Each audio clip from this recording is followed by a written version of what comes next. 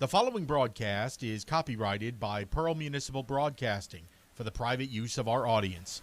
Any other use of this broadcast without the written consent of Pearl High School or PMB Sports is prohibited.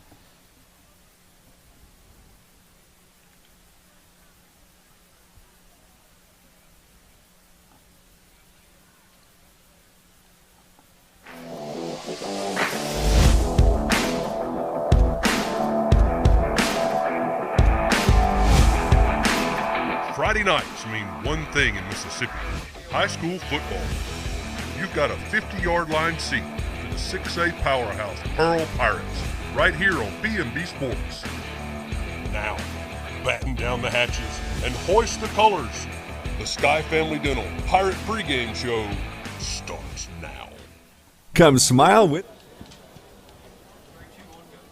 Well, good evening, ladies and gentlemen, and welcome to Biloxi High School, where tonight your Pearl Pirates have traveled down to the Gulf Coast to take on the Biloxi Indians in what we hope is a bounce-back game. I'm Greg Flynn, joined by Bryant May. Down on the field is the professor, Roy Harper. And, Bryant, these guys have been chomping at the bit to get back out on a football field following last week's shocking loss to the Morton Panthers. Yeah, there's nothing more that you want than an athlete in any sport after a loss is to get back out there and to find a little redemption. We had to drive a long way to be able to find that all the way down here to the Gulf Coast.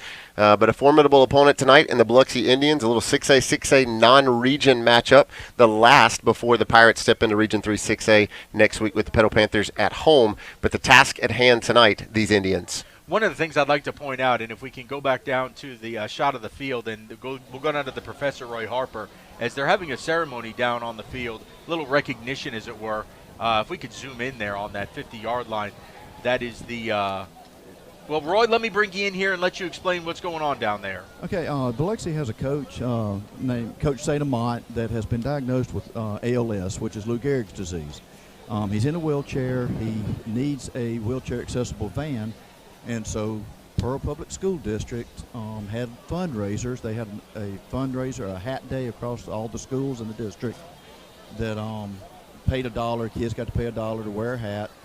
And today, the high school had a teacher versus teacher volleyball game, and the students got to pay $2, and we probably had 1,000 students in the stands or more.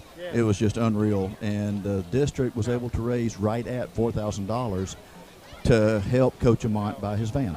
$4,000 by our Pearl Pirates. And I want you to know that all of our coaching staff, tell them what shirts our coaching staff is wearing tonight, Roy. Well, our coaching staff and the band, with Biloxi Band, their cheerleaders and everybody, has a Team St. Amant coach, or Team St. Amant shirt on the back. And on the front, it says, "Put me in, Coach," with the ALS ribbon on the sleeve. It's navy blue. One of the Biloxi staff members just pointed out that I guess since we're playing Pearl, they did do navy blue for us for the shirts. But it's just a show of unity and support for this coach who is going to go through a very hard time.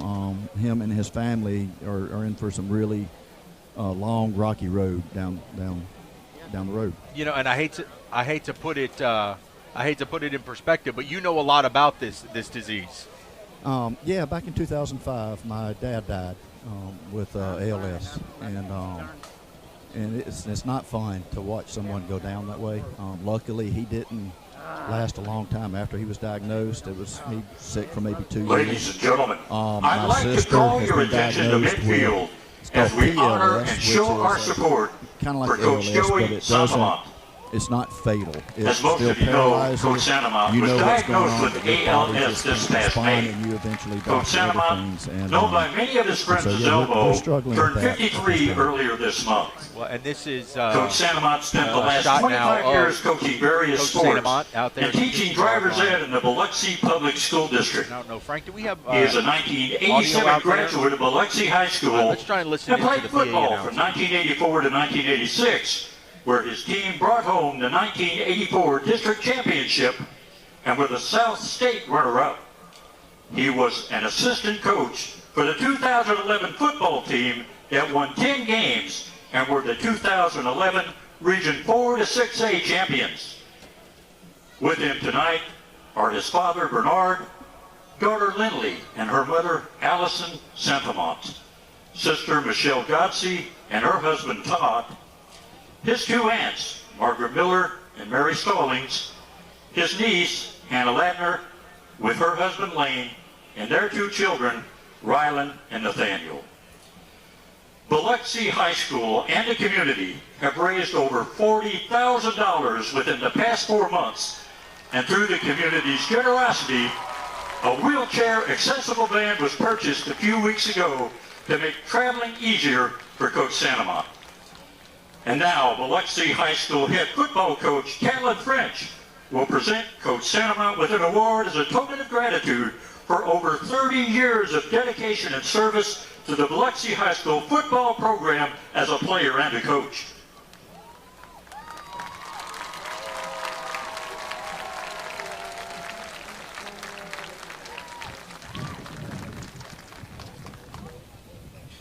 We would like to thank our visitors from Pearl High School. They've been on board with this night from the early planning stages, and through their fundraising efforts have brought Coach Santamont a donation of just under $4,000.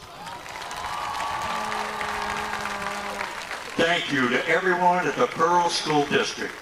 Your efforts and generosity throughout this process have helped make this a memorable night for Coach Santamont.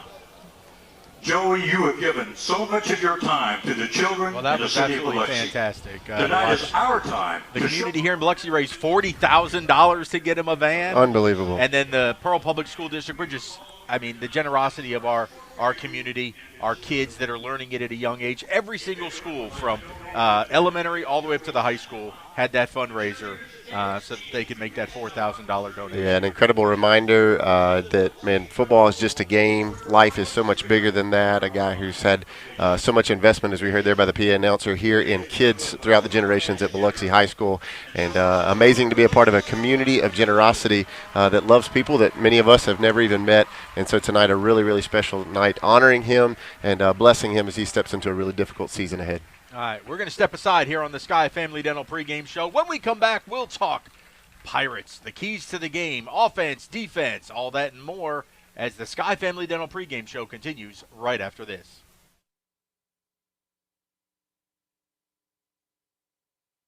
Come smile with Sky. Sky Family Dental of Pearl provides complete dental care for the entire family. Oral exams, cleanings, dentures, implants. Most insurance is accepted and financing is available. Call now to schedule your appointment. Come smile with Sky. At Bob Boyd Honda, we pride ourselves in getting our customers the best deals around. Usually that means when we're selling cars, but right now, Bob Boyd is in the market to buy.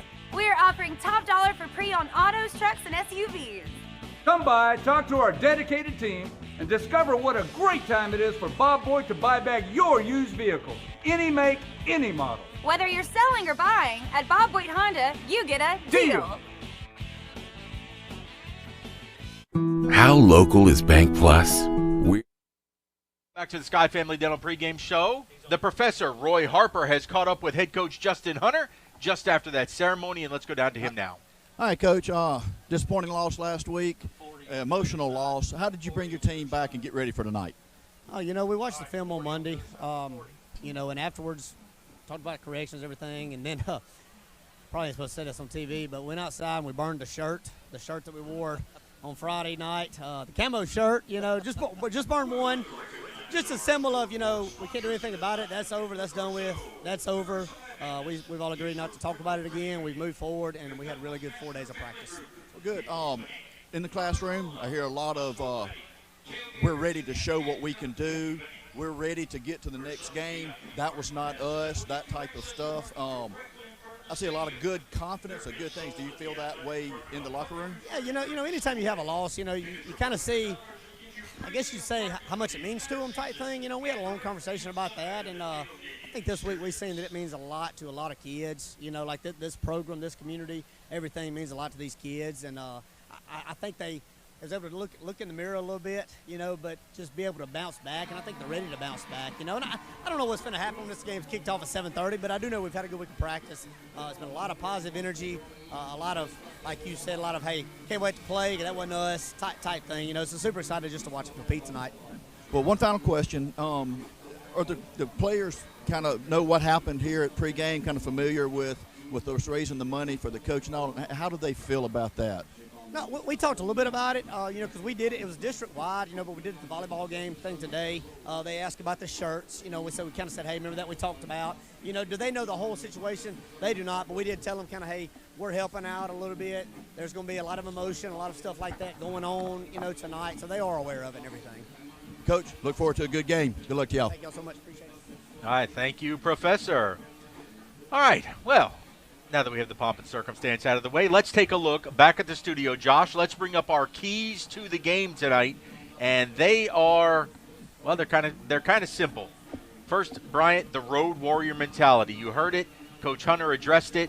These guys are ready to play here on the road. Yeah, this the biggest and longest road trip of the season. It's not 15 minutes across the way to Flowood or even down the road to Vicksburg, but a long road trip today. So these players have spent a lot of time together on the road, and you hope that they bring some brotherhood, some unity tonight after a difficult last two games on the road at Ridgeland and last week at homecoming at Morton. So Road Warrior tonight for sure. We are in hostile territory here at Biloxi on the coast, and we're going to need team unity across the board tonight. Defensively, well, we've been exposed the last 2 weeks, Ridgeland and Morton. It is an understatement to say we need strong secondary play. Yeah, there's been a lot of conversation around the secondary for our Pirates, and I think you're going to see some different things tried tonight as we have faced some really, really good receivers the last 2 weeks. Even in the 3A Morton Panther squad last week, they brought a couple of guys that I think could play anywhere in 6A. So tonight, let's limit the deep balls, keep things in front of us. We'll see if the safeties can help out. We had a couple of blown coverages the last couple of weeks for guys just running wide open, and so tonight you'd love to play good, sound defensive football for Austin Wilbank's defense in that secondary. All right, offensively, we can move the ball down the field, but we got to score. Make sure we score whenever we have the opportunities, and keep your foot on the gas. Don't let up. Yeah, points have not been a problem. 28 points a game is what the Pirates are averaging coming into Game 4 tonight.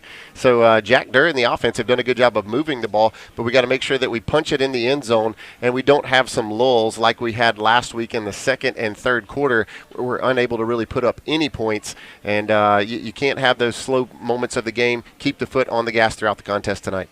All right, as we look at what we have to do offensively, let's go over to the player card. Our spotlight this week is going to be on a senior that had his best game of the young season last week against Morton, Jamarion Big Dog Turner. Yeah, Jamarion Turner, he's a guy who got a decent amount of experience last year, kind of in a second and third team role, but he is really coming into his own here on his senior season.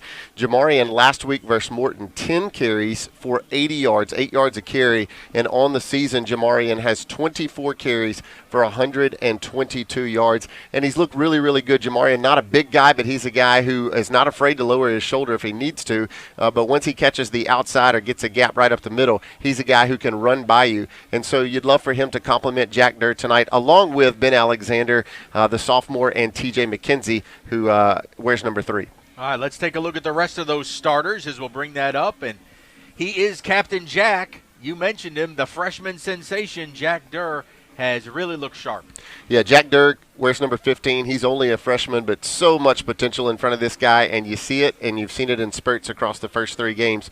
Jack's got to take care of the ball tonight. He's got 4 interceptions across the last 2 weeks, so you want to see him make wise decisions tonight and continue to use his legs. He has exploded in the ground game, showing not only that left arm, but also a lot of mobility with the legs. We'll take a look at the rest of the starters along with Jack. TJ McKenzie, the junior, wears number 3, and he will most likely start at running back. Kenji McNair, the sophomore, number 6. He's going to get the start at wide receiver tonight, but he may be hampered a little bit by a collarbone injury. We'll see how long Kenji can go.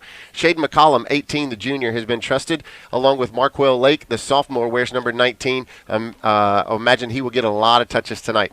The offensive line, we'd love to see them play strong here on the road tonight, opening up the running channels as well as protecting Jack Durr. Number 50, Caston Channel, the junior, is our center. Kendall Burks, the senior, 65, along with Hayden Townsend, another senior, wearing number 71.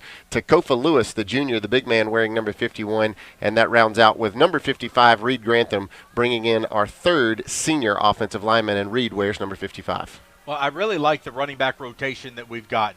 You know, Jamarion had a great week last week, but these guys are all succeeding with limited carries because it is a true by-committee approach. Yeah, it's very much keep the fresh legs in the game. It's kind of one of those strategies where see who's got the hot hand, and we'll go with the hot hand. And there have been moments where it's been TJ. There have been moments where you've seen the potential that Ben Alexander has as a sophomore to explode. And then there have been moments like last week where I would say probably Jamari and Turner had the hot hand with 10 carries and 80 yards. So tonight it's like who's going to be the guy, and hopefully we can have maybe 2 or 3 of them go over 200 yards. Well, it is awesome to see that they all have like their own nuances. So TJ, he's the bull. He's going to knock you down. Yep. He's our goal line guy. Big dog, Mr. Turner, he's fast. He's small, but he's fast. Yep. And then you have Ben Alexander, who kind of has a combination of both. Yep. But he's only a sophomore, and he's still learning his way. Eventually, Ben is going to be a beast because he's going to put all these things together.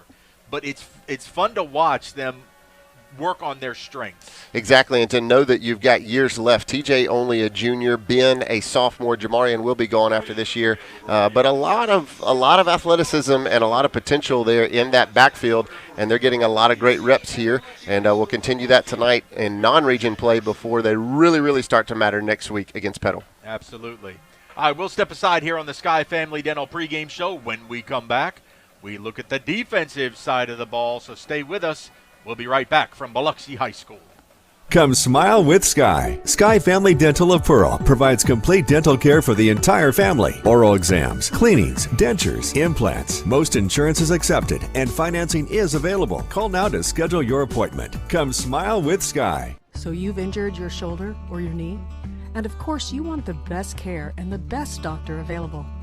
The doctor on the left treats shoulders and knees and ankles and hands, while the Mississippi sports medicine doctor on the right specializes in one body area and one area only, treating thousands of patients a year. Trust your medical care to one of our true specialists. Mississippi Sports Medicine. We specialize for you.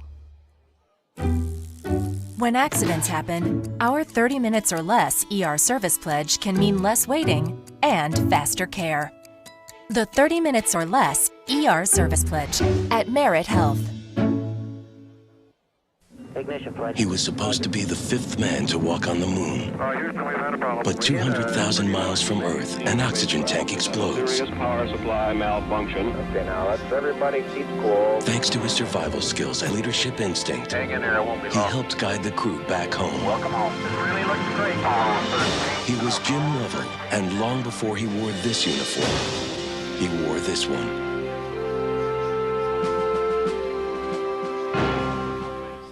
Jim Lovell, Mike Rowe, and Bill Gates. Just a few names known for success. All three also started their leadership path while serving in the Boy Scouts of America. Everything they learned while part of a troop can prepare you for a successful future as well, whether it's survival skills, self-discipline, or just how to have fun. If you'd like to be a part of the next generation of Scouts, Pearl has a local troop, 575, and for more information, you can call Cale Gamble at 601-594-7020 or email him at calegamble@yahoo.com. The Boy Scouts of America, be prepared. Comes.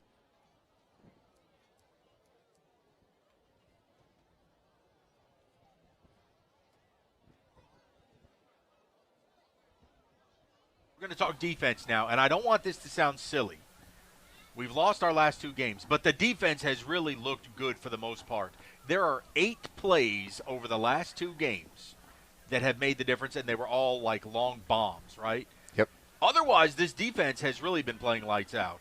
Yeah, and they are all over the field. I mean, there's quickness, there's athleticism, there's tons of potential. There's a lot of young guys, but there's also some experience that we see on the front end. It's a matter of putting it all together for 4 quarters to make it work. So we'll take a look at our player card for tonight, and it is all about mayhem, and it's about number 44, the defensive end, Mr. Jabron Moore. Jabron Moore, a senior, he is one of those guys who brings some experience to this Austin Wilbanks defense, and Jabron is a really all-around great defensive lineman. Jabron is quick, not the tallest of guys, but he's quick, and he will blow by you quickly, as well as he is strong. He is ox strong. Jabron Moore, a guy who can fight fight off guys with his hands, or he can work around you with that quickness. And then finally, when he meets the ball or runs into that ball carrier or quarterback, he will punish you with that Oxford strong strength that he wears, number 44, and we're going to need him to play strong tonight. Well, he doesn't miss tackles.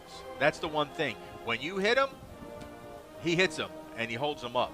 The rest of this defense, let's take a look at those starters. And, again, when we talk about the front line and the linebackers, have all played very well. That's right. Demario Ragsdale, number 23, the junior, has had a really solid first 3 games. Along with 99 Justin Knight, he brings the senior experience.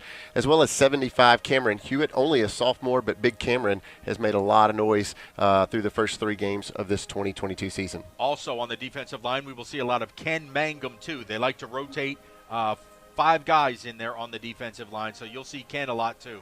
That's right, Ken Mangum. And linebackers tonight will be Kai Jefferson, a senior. Hanor Singh wears number 8, and he's a senior. Caleb Arterberry has had a great sophomore season playing linebacker wearing number 12. And then the defensive backs that we talked about earlier that we really need to see step up tonight and play a solid contest. Azir Chin, a senior wearing number 9. Martravian Draper, the junior wearing number 14. Kavion Freeman, number 1, has played a lot of safety. He'll also maybe slide up and play some linebacker tonight, a position that Kavion played last year as a sophomore. Kavion a junior this year. And finally, number 22, Jamion Smith, a senior. We're also probably going to see a good bit of Omarius Johnson, number 25, in there at DB, maybe in some nickel and dime sets. He's only a sophomore, along with Jaden Thompson, who played really well last week. In talking to the coaching staff before the game, you folks be on the lookout tonight. Number 1, Kavion Freeman, is probably going to also slide back down to some linebacker, his natural position where he was last year. They think he's been a lot more comfortable with that in practice. So look for Freeman to kind of move down and play some linebacker as well to try and cut off a lot of those post routes. It's just a good spot for him that they feel. Yeah, Kavion is a fantastic football player. So much potential with him, and he played a whole lot last year as a sophomore. But as you said, it's a whole different position, man, when you're playing linebacker, tracking running backs for the most part, along with maybe spying on a quarterback, and then you move back to that safety position. You're trying to chase guys like Aiden Williams. And so watch for Kavion Freeman. He'll be all over the field tonight. Hello. There we are. All right, Frank's fiddling with stuff up here, and we're popping in and out. All right, so our special teams. And I want to bring the Professor Roy Harper, if he's down there listening in. Colston Bennett back in as our kicker. He is our kicker, our field goal kicker. And he had a rough go of it after he missed the extra point in overtime last week to extend it. Wouldn't have won the game. It was to extend the game. And, Roy, are you with us? Roy Harper? No, I don't think I have Roy Harper. But Roy's very close to Colston, and he was really trying to pump him up during the week. And Coach Hunter said that, too. He wanted to let Bennett know, you are our kicker. There are going to be a lot more bigger kicks down the line, and we have all the confidence in the world in you. That's right, and really difficult because Colston only a sophomore. And so for a guy that's probably 15, 16 years old to have to wear the weight and the pressure of what happened last week. But as Roy said really appropriately last week in the postgame show, that game was not on Colston at all. That was a game that we never should have been that close, never should have been in overtime with the Morton Panthers. And so good to hear that vote of confidence, and that will mean so much because, man, kickers and their mindset is all about confidence. And so Colston will play a huge part in the game tonight on the road at Biloxi, as well as in region play that begins next week. One of the things I want to show, I don't know, Frank, if you can pop that camera on out there. They're putting on a light show. You know, we have the new LEDs at our stadium. They've got LEDs here, and this is just a true light show set to the music as they're going to get ready to introduce their teams here in just a little bit. Teams have not come out on the field yet, but boy, they can make their lights dance if you see that out there. Yeah, there's a whole lot, as we talked about on the road. Headed down Highway 49 tonight, the high school football environments have stepped up their game so much, really not just in the state of Mississippi, but across the nation. And so a beautiful facility here at Biloxi High School as the Biloxi captains have already made their way to midfield, waiting on the Pearl Pirate captains to make their way out as we'll have the coin toss and get this contest underway here in just a few moments. Well, I personally think it's disgusting that you like Alabama. but you're used to seeing this at Bryant-Denny Stadium. They have red lights up in those LEDs so that when they turn all the white off, it just shines red. So they can turn this entire place red, much like they do at Ole Miss, at Alabama. This is just very impressive. Well, this is the changing of the times where everything is really about experience now, and a good crowd flowing in here, at least on the Biloxi side, and a number of folks making it all the way down Highway 49 into the Mississippi Gulf Coast to be here for the Pearl Pirates side to support our Pirates tonight, who look to pick up a big bounce-back victory. All right, let's take one final break as we wait on the captains. You're watching the Pearl Pirate Football pregame show brought to you by Sky Family Dental. Come smile with Sky. Sky Family Dental of Pearl provides complete dental care for the entire family. Oral exams, cleanings, dentures, implants. Most insurance is accepted and financing is available. Call now to schedule your appointment. Come smile with Sky. At Bob Boyd Honda, we pride ourselves in getting our customers the best deals around. Usually that means when we're selling cars, but right now, Bob Boyd is in the market to buy. we're offering top dollar for pre-owned autos, trucks, and SUVs. Come by, talk to our dedicated team, and discover what a great time it is for Bob Boyd to buy back your used vehicle. Any make, any model. Whether you're selling or buying, at Bob Boyd Honda, you get a deal. How local is Bank Plus? We're here, and here. And we're with you here, and here. Wherever, whenever you need us.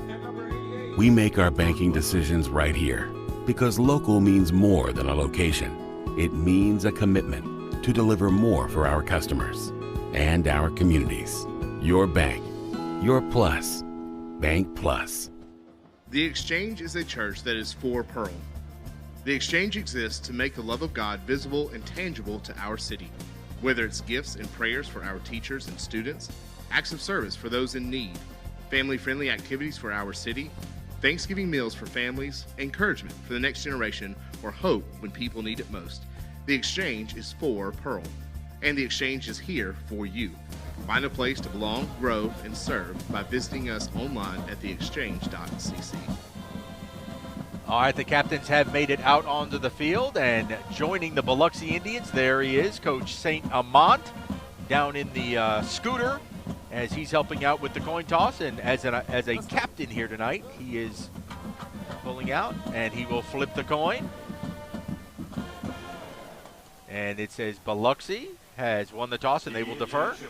So that means the Pirates will be getting the football first. Roy, that is what we want. Get our offense right there on the field and put some points on the board. Oh, I agree. Let's get some points, get some confidence going, and let's show these people what Pearl Pirates are made of. All right, Brian, I like that we can send that offense out there quickly and get some confidence. Yeah, absolutely. We need that. Your captains that were there at midfield tonight: Azir Chin, the senior cornerback; Jamion Smith, your senior safety, along with number 88, and that was Jordan Butler, the sophomore wide receiver.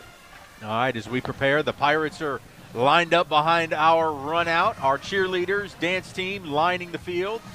Again, a very nice crowd, making it all the way down here. 2.5 hours from Pearl to Biloxi. Hoping to see a good showing from our Pirates tonight. And here come the Pirates. Folks, stay tuned. Kickoff between the Indians and Pirates is now. Are you ready?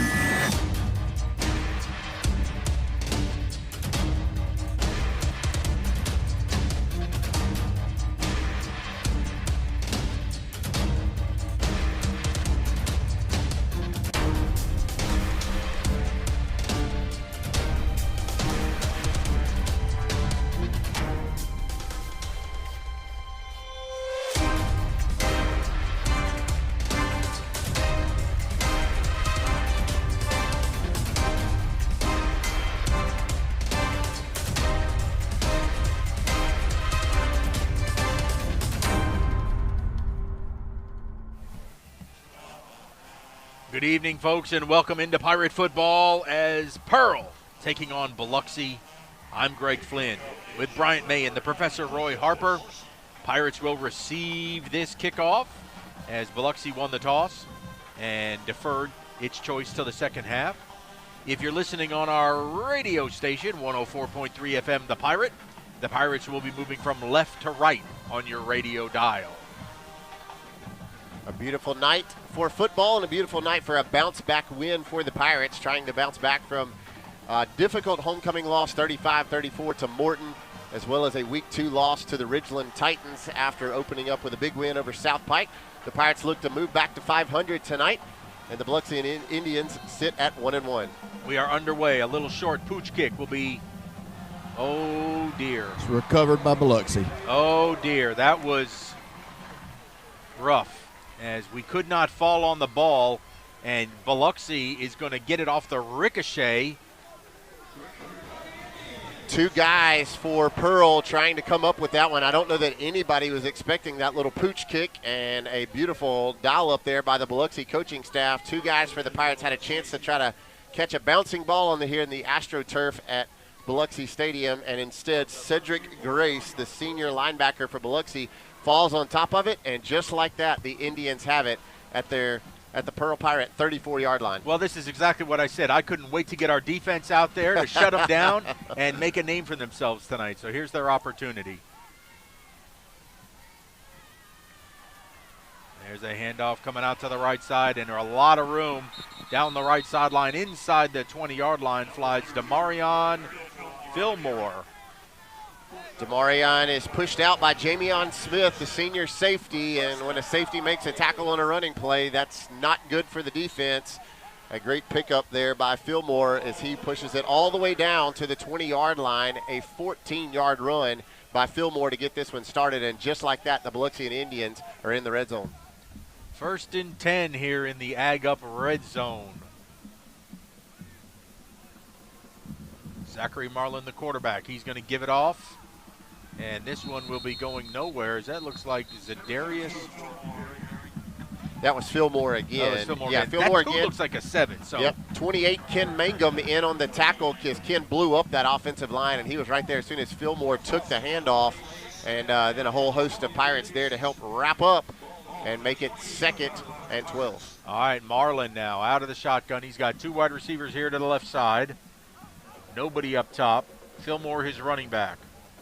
Marlin back to pass, looking left, pumps it. Will throw it deep into the end zone and just overthrown his ear chin on the coverage, and that ball falls incomplete, thank goodness. Yeah, Duran Parrish, number 12, the senior receiver, the guy who was looked for by the quarterback Marlin, and Duran Parrish is the leading receiver. 10 catches, 152 yards, and 2 touchdowns for Parrish on the season.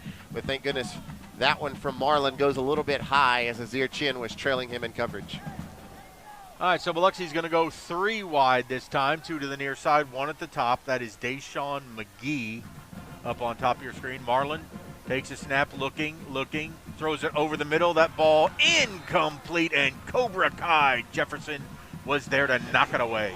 Yeah, number 4, Deshaun McGee, the intended receiver, 6'2", 184, as he ran a post route right across the middle, and a great defensive play by Kion Jefferson, just being at the exact spot that he needed to be to knock that one out of the arms of the streaking Biloxi Indian receiver. But, Greg, it looks like they're going to keep the offense on the field and go for it here on 4th and long.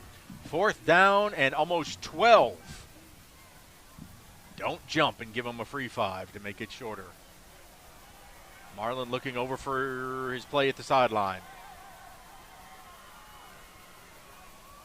Zachary takes a snap, back to pass, looking, throwing right, and there was a miscommunication there. But I was open. Receiver ran in, and Roy could have caught that. Pass went to the outside, and a sign mark.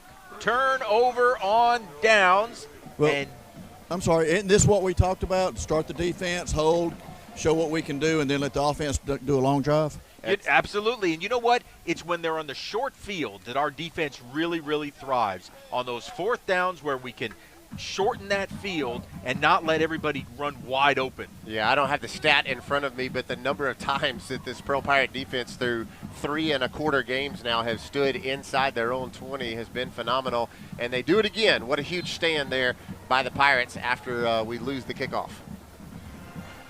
Durr with the handoff. This one's going to go to Jamarion Turner, our player spotlight there, the big dog.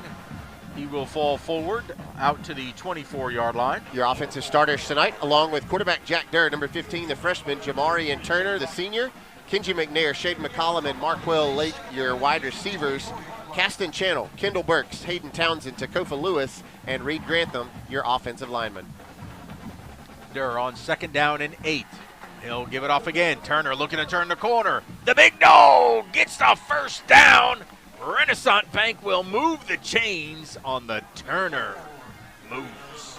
Fresh off his 10-carry, 80-yard performance last week against Morton, a great bounce to the outside by the senior tailback, Jamarian Turner, a great block out there as well by number 46, Kendall Burks, the senior halfback. 1st and 10 from the 34-yard line. Durr will look to throw this time. Come back to his left. That play's open. That is a good block on the outside, and that is going to be McNair. Kenji will fall to the turf, and he hops right back up. Kenji was nursing a sore collarbone / neck area, but he looked very good on that play, and he picks up another Renaissance Bank first down. Yeah, Kenji hit the turf, too, as the defender pushing him out of bounds, but he bounced right back up. So good news. We're going to need Kenji McNair tonight as Justice Moore sidelined by a high ankle sprain. So Kenji McNair, Marquell Lake, and Shaden McCollum got a lot of work to do from that wide receiver position. Durr will hand the ball off, going up the middle, falling forward over the 50-yard line to the 49. It is the big dog, and Jamarian playing very well. He'll check out now, and in comes T.J. McKenzie, the bull. So far, so good. We're looking good. 5-yard gain, 2nd and 5. 2nd down and 5. Durr, quick throw out here to the near side. That's Marquell Lake. Lake, he turns it upfield inside the 40, and he'll be taken down just shy of the 35-yard line. Yeah, the Pirates putting a little tempo out there on offense, and I think it's got Biloxi a little shaken. It looked like their secondary had some miscommunication as we had 3 receivers down at the bottom of the screen, now 3 at the top, and only 2 DBs running that way. A terrific job running multiple formations tonight. Coach Hunter and Coach Weems have drawn it up nicely. On the Renaissance Bank first down, Durr back to pass, quick throw out into the flat. Ooh, and that was dangerous. That was nearly 6 the other way. Yeah, that was number 7, the defensive back, Zadarius Crawford, the 5'9", 160 senior, and Mr. Zadarius read that one all the way, and that one hit him right in the hands, which I guess is why he's playing DB and not wide receiver, but that would have been pick 6 all the way, as he had nothing but 55 yards of green turf in front of him had he been able to hold on to that one. Well, he did not, and it is 2nd and 10 now for the Pirates. Durr, he'll throw it over the middle. It is caught. And that will be Marquell Lake once again. And he is going to be right at the sticks. Will they? Yes, they're going to give him another Renaissance Bank first down. The march continues. Beautiful ball fake by Jack Durr as I thought he'd handed it to T.J. McKenzie, but instead Marquell Lake with a great little crossing route. And Jack put it right on the money for a big Pirate first down. This time he'll give it to McKenzie. He looks for some room up the middle. Oh, look at him pull his way over the 25 down to the 22. Yeah, TJ got stood up at about the 25-yard line, and there was his friend, number 55, Reed Grantham, the senior offensive lineman who came in and gave TJ an extra push all the way down to the 22. He'll pick up 4, make it 2nd down and 6. Durr will roll out, look to throw to his left. He's got, the touch. It was almost there. He just needed to get a little more air under it. Marquell Lake would have scored a touchdown. Professor, you were right there on top of that. What did you see? Yeah, the DB got a fingertip on it just to throw it off just a little bit. But, 3 inches higher, and it was a touchdown. So that'll bring up a Pearl Pool 3rd down and 6. Durr gives the little clap. Now he'll check with the sidelines with Coach Hunter. They will shift Burks over to the right side as the H-back. And that was a really delayed handoff, and that was second effort. Look at him go! What an incredible run by the big dog, Jamarian Turner. He should have been tackled about 4 times in the backfield, and Jamarian just keeps his feet, breaks out of a couple of arm tackles, and somehow he runs that ball all the way down to the 8-yard line. Let the big dog eat. It is now 1st and goal. Pirates from the 8 in the John Deere Ag Up red zone.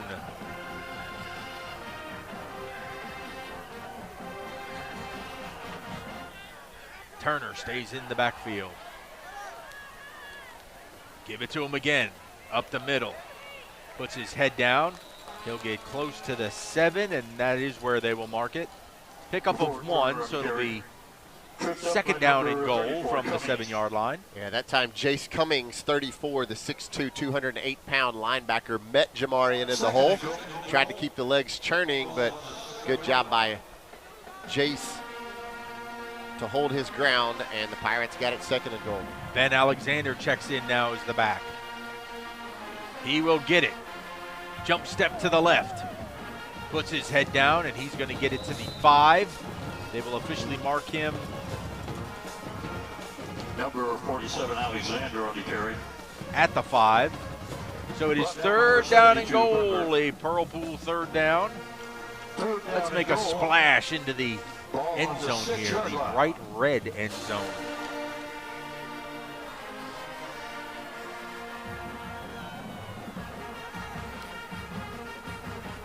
We are halfway through the first quarter, approaching the 6-minute mark. No score here between the Pirates and the Indians. Turner, your running back. Oh, little missed exchange there, and Durr's going to have to fall back on it at the 12-yard line. I don't know. Turner thought he was supposed to get Durr thought Turner was supposed to get the ball, but very fortunate that we got the ball back as the misfire on the exchange will send out the field goal unit and a chance at redemption early on for Colston Bennett. Good confidence builder as he's going to attempt a 28-yard field goal. Number 43, Colston Bennett attempts a 28-yard field goal. Out of the hold of Jacob LaFontaine. Good snap, good hold, kick is up, and it is good! Field goal attempt is good. Pirates draw first blood on the coast on the field goal by Colston Bennett, 3-0. Buying or selling a home? Look no further than David Ostrander at Keller Williams Realty. David and his family are proud supporters of Pearl Public Schools and all Pirate athletics. Keller Williams represents more home buyers and sellers than anyone else in central Mississippi. They offer military and veteran benefits to their clients and love taking care of teachers and first-time home buyers. Contact David Ostrander at 601-850-6728. At Biloxi High School, where the Pirates have cashed in after a turnover on downs, we find our way to 3 points on a Colston Bennett 28-yard field goal. I'd like to see that for that young man. Roy Harper, I hope there was a big smile on Colston's face when he kicked that one. Yeah, I was trying to find him, but in the massive humanity down here, I couldn't get to him, so I'm going to find him here in a minute and just tell him, way to come back, and just see that smile on his face. So we're about set to have our first Pearl Pirate Shane Fletcher Farm Bureau Insurance kick. Keller Reed has it teed up. And it is in the air. He will kick it deep. His ball will be taken in at the 5-yard line. Going down the far side. Pirates are finally able to gaggle him down at the 25, so that's where the Indians will set up shop. Kickoff return by number 2, Another special teams tackle that time by Caleb Arterberry, number 12, the sophomore linebacker. 5-yard line, 1st and 10 Indians. And looks like we'll get the heat timeout. And we'll take it with them. Pirates leading it here, 3-0. When something works this well, Paying bills? This site is so comprehensive. I do all my banking online. More time for coffee. you want to get others excited about it too. Yes, honey. They're very conscientious, and they're about helping us map out a plan for our future. It's nice to know we make a It was difference. so easy. They had lots of creative ways to help me afford the loan for the cutest car I've wanted And for that a so great long. bank is a really important thing to have. Comprehensive, conscientious, creative, community bank like no other bank you know. How local is Bank Plus? We're here, and here. And we're with you here, and here. wherever, whenever you need us. We make our banking decisions right here because local means more than a location. It means a commitment to deliver more for our customers and our communities. Your bank, your plus, Bank Plus. On first down, Biloxi will run the ball right up the middle, but the Pirates are there to stack it up. That's a gain of maybe a yard. A generous spot. Yeah, that time it was 28 for Gulfport. Jameer Haskins on the carry, gain of a yard. We're right next to Gulfport. Biloxi, Jameer Haskins, number 28. He's a sophomore, wrapped up by the senior, Jabron Moore, number 44. And already, Greg, we're seeing Kavion Freeman, number 1, who we talked about, had been playing safety, sliding all the way back up to that linebacker. And right now he's lined up on the near side of the defensive line, coming on a linebacker blitz, it looks like. Well, Marlin out of the shotgun. Throwing it deep down the left side. And a good bit of defense on this side by Azir Chin, as he will get up and help knock that ball away. That was good coverage right on top of him. Yeah, we talked about how important this secondary play is tonight, having a bounce-back game for them. And if you're Azir Chin, you cannot cover Duran Parrish, their leading receiver, any better than he did right there. Ran step for step with him, went up, met the ball at the highest point, and knocked it away to set up 3rd and 9. A Pearl Pool, 3rd and long. Marlin dropping back to pass, looking, nothing there. Now he'll be flushed, and he'll be taken down. And it is mayhem. Jabron Moore taking him down. Actually, I think that one was Ken Mangum. I thought it was originally Jabron Moore, but it was 28. Yeah, it looked like it was Jabron, but it was 28 Ken Mangum who came up off the bottom of that. Both guys in pursuit. Ken, the guy who finally was able to get his hands on him, but what a huge sack for this defense. And Greg Flynn, a 3 and out after a huge stop earlier in the red zone, and the Pirate defense is cooking tonight. The offense going to get a chance to get it back right here after this punt. Good clean snap. Gets away a sidewinder. Fair catch called for and made by Markwell Lake at the Pirate 45. So that is where the Pirates will come out with 3:38 to play in the opening quarter, leading it 3-0. Tristan Borsey, number 99, the junior punter for Biloxi. 29 yards, he'll net on that punt. No return from the fair catch by Markwell Lake. And back will march out this Jack Durr Pirate offense, who was able to punch in 3 points last time on the drive, thanks to a 28-yard Colston Bennett field goal. Jack Durr 4 of 6 on that first Pirate drive for 39 yards. Jamarian Turner had 5 totes for 32 yards, and Markwell Lake, the leading receiver so far, with 2 catches for 23 yards. Turner will get this series start in the backfield. Quick throw out to Lake here on the near side. He turns the corner at midfield, and then he'll be taken down by a trio of Indians, and Markwell's going to be shaken up because he was kind of set up and knocked back. They held him up and knocked him down. Yeah, and they kind of did a souffle on him too a little bit. Really slammed him on the shoulder. So let's hope Markwell is okay. We're already depleted at the wide receiver position. Kenji Moore playing McNair. Kenji McNair battling a sore collarbone.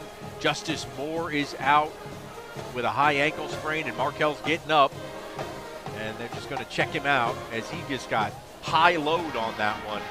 Yeah, it looks like he's sliding a hand behind his back. Good news is he's up on his feet, walking off under his own power right there with his head coach, who's very attentive to the situation, Justin Hunter, and Markwell being able to now kind of jog off as he came down hard here on the turf at Biloxi High School. So Shaden McCollum here to the near side. For the 48-yard McNair line up top. 2 wide receivers, 2 tight ends here, or 2 H-backs. Durr's going to pass it, looking, going to try and throw it deep. That ball was deflected.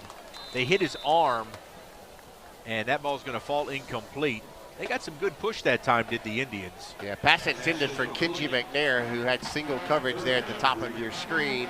And would love to see where that ball might have ended, but somebody hit the left arm of Jack Durr as he was trying to get that pass off.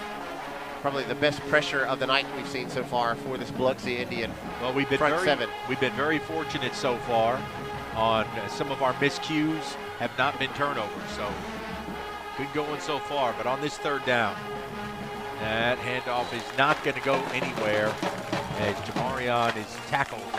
It's one of those where Durr had a lot of room. We've seen that QB bootleg almost, but they decided to misdirection it and give it there to Yeah, that one a tough series of downs as you picked up 7 yards on first down and then unable to do anything positive on the next 2 plays. You actually went backwards by about 3 or 4 yards. So as the ball sits at our own 48-yard line, it looks like we're going to get a Jacob LaFontaine punt, the first one of the night. Number 12, Durant so Jacob will stand just inside his own 35-yard line. Good snap. Good rush. Just does get it away, but that ball's going to bounce and take a huge Pirate roll. There you go, and roll out of bounds inside the 20 at the 17-yard line. So a nice punt by Jacob right there. 35 yards thanks to the friendly bounce here on the road for Jacob LaFontaine as that punt rolls all the way down inside the 20-yard line with 2:18 remaining here in the first quarter. It's 3-0 Pirates thanks to a 28-yard Colston Bennett field goal. Zachary Marlin leads his offense back out. He's got nobody in the backfield with him now. Empty backfield. 4 wide receivers. Here comes one in motion. There's the Justin Hunter special little flip pass, and we had him down in the backfield, and this is going to go for a minor gain as it was good hard running there by Demarion Fillmore. Ooh, the Pirates had that for like a 6-yard loss. They sure did. Kavion Freeman, who's playing linebacker again tonight, was slid up to that defensive end spot, and he read that one all the way. He pushed Fillmore back to the inside, then a couple of Pirates whiffed before Fillmore was somehow able to magically pick up about 4 yards when he should have lost 4. Biloxi thankful for how that play turned out. 2nd down and 6. Marlin hands that ball up, trying the right side. Pirates are there to stack it up. Gain of 1. It's going to bring up a Pearl Pool. 3rd down and 4. That time it was 28 on the clock here for Biloxi. Jameer Haskin, and getting up off the bottom of that pile was Kion Jefferson, number 5, along with Kavion Freeman for the Pirates. We'll see if we can dial up back-to-back 3 and outs with this Pirate defense as it's 3rd and 4. On the Pearl Pool 3rd down. Running to the left side. And that is not going to get it. Boy, what a great job by the right side of our defensive line to stack that up. There's Big Cam Hewitt coming out with that tackle. And yep, Jabron Moore on the bottom of the pile. Kavion Freeman, I think the guy who made initial contact, and he was wrapped around the legs of the running back Haskin. And Austin Wilbanks has to be smiling from ear to ear as his defense has played phenomenal here with 30 seconds remaining here in the first quarter. So on 4th down, the Indians will look to punt it away. Pirates should get very good field position. Low snap. Gets it away, a line drive that's going to bounce short of midfield. They take an Indian roll into Pirate territory and will be down at the 40-yard line with 10.6 seconds to go here in the opening quarter. No punt return on the play. 35 yards on the Borsey punt and roll. And good news, Marquell Lake running back out onto the field for this offensive possession as we get ready to end the first quarter. Pirates again leading 3-0. 1st and 10 for the Pirates from their own 41-yard line. So Durr, as always, will operate out of the shotgun. He's got Big Dog Turner in the backfield with him.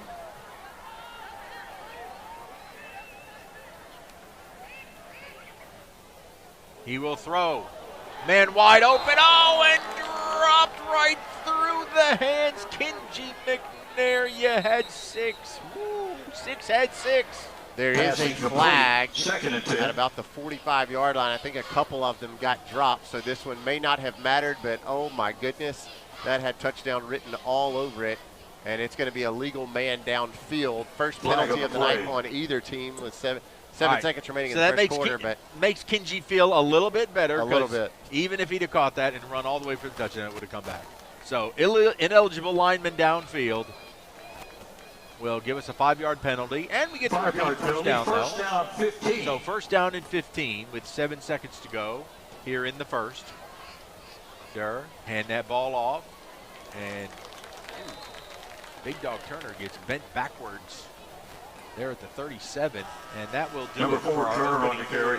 Pirates have played Tackled by number 42, extremely Grace. well to this point and lead it 3-0. At the end of 1. Pirates 3, Indians 6. So you've injured your shoulder or your knee? And of course, you want the best care and the best doctor available. The doctor on the left treats shoulders and knees and ankles and hands, while the Mississippi sports medicine doctor on the right specializes in one body area and one area only, treating thousands of patients a year. Trust your medical care to one of our true specialists. Mississippi Sports Medicine. We specialize for you. At Bob Boyd Honda, we pride ourselves in getting our customers the best deals around. Usually that means when we're selling cars, but right now, Bob Boyd is in the market to buy. we're offering top dollar for pre-owned autos, trucks, and SUVs. Come by, talk to our dedicated team, and discover what a great time it is for Bob Boyd to buy back your used vehicle. Any make, any model. Whether you're selling or buying, at Bob Boyd Honda, you get a Deal. Pearl opens the second quarter, 14. facing second down and 14. Durr looking, throwing deep over the middle. That ball is dropped once again, and it's Kinji McNair.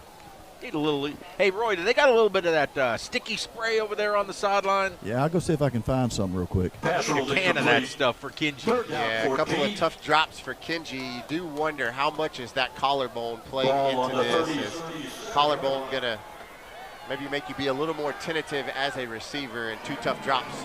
Durr goes quick. He's looking.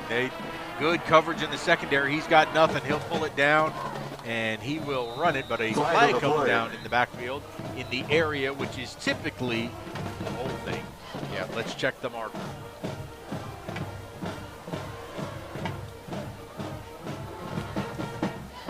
So that was the exact call. And that is declined, and it will be 4th down. Declined So the by Pirates the Indians, special teams 4th will be down. back on the field to punt this ball away.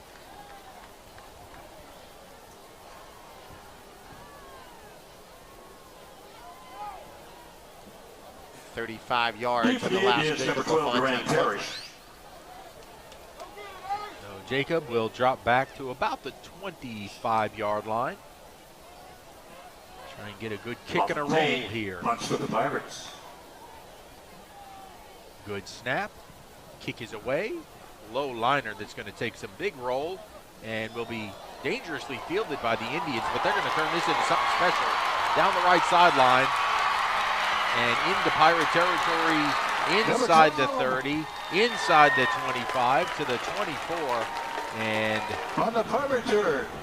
That just kind of threw everybody off on their lanes as that ball was bouncing around. Yeah, Duran Parrish, their most athletic guy, leading wide receiver, just took that one back about 35 yards as he caught it and blew by a couple of coverage guys who were right there as the ball hopped into his arms, and then he found the sideline, and thankfully the Pirate special team able to push him out. Biloxi going to have really good field position as for the second time here in the first half they're starting on the Pirate 24-yard line. The first time was after the opening kickoff was fumbled by the Pirates. So first down for the Indians. They're going to try throwing it deep, and that's caught but out of bounds as that Chin. Yep, Azir Chin in coverage on Deshaun McGee, and he was running step for step with him, and right there towards the sideline of the end zone, rolled out of bounds. McGee was able to pull it in, but stepped out of bounds. First quarter total stats for the Pirates, 72 yards of total offense in the first quarter, only 19 for Biloxi. Biloxi yet to complete a pass yet. Chin did a really nice job using the sideline as a defender. And Kavion came limping off just a second ago, guys. All right, so now the Indians are going to try and string it out, and a vicious hit over on the far side will limit the gain. Yeah, that time a Pirate's going to be down, as it was Marquell Lake again for the second time. He gets up slow. He's the guy who delivered that big hit, but I think he also took the brunt of that run by Demarion Fillmore, who's 5'11", 175. Not a real big guy, but Lake even smaller than that. Marquell laying on the sidelines over there. We'll see if we can get a report from the professor, as it's 3rd and 10 for the Indians. A Pearl Pool, 3rd down and long. Marlin, and they got the dropsies too. Thank you very much. As that ball will fall incomplete. It'll be 4th and 10. Christopher Norwood, the guy who dropped the ball, and we got a officials timeout, player injury. I believe that's a wide receiver down the field. Is that Chase DeLauder over there? Is that number 1? No, it's not number 1. 56. Okay, 56 down the field. That's a lineman. That is Dalton Anderson, the 5'11", 185 junior.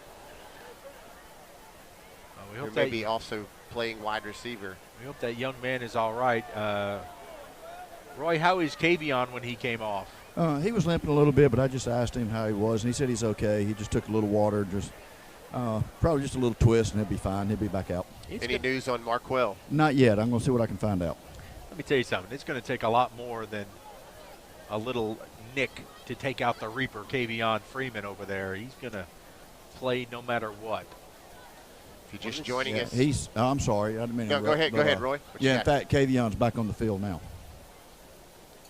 Again, Kavion moving up from that safety position to linebacker tonight, and he has already made his presence known on quite a few plays. They continue to look at the injured Indian. 10:35 remaining here in the second quarter. 3-0 Pirates, thanks to a 28-yard Colston Bennett field goal. This looks like it is a good sign as he's popping up. I think they were checking the structure of that knee.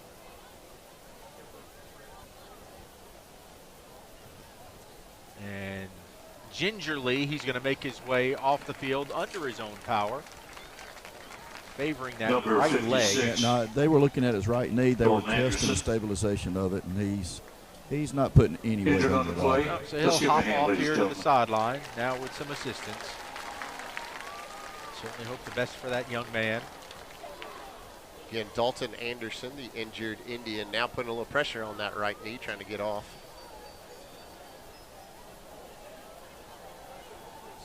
Sometimes that's just confidence in knowing you can get up and put some weight on it.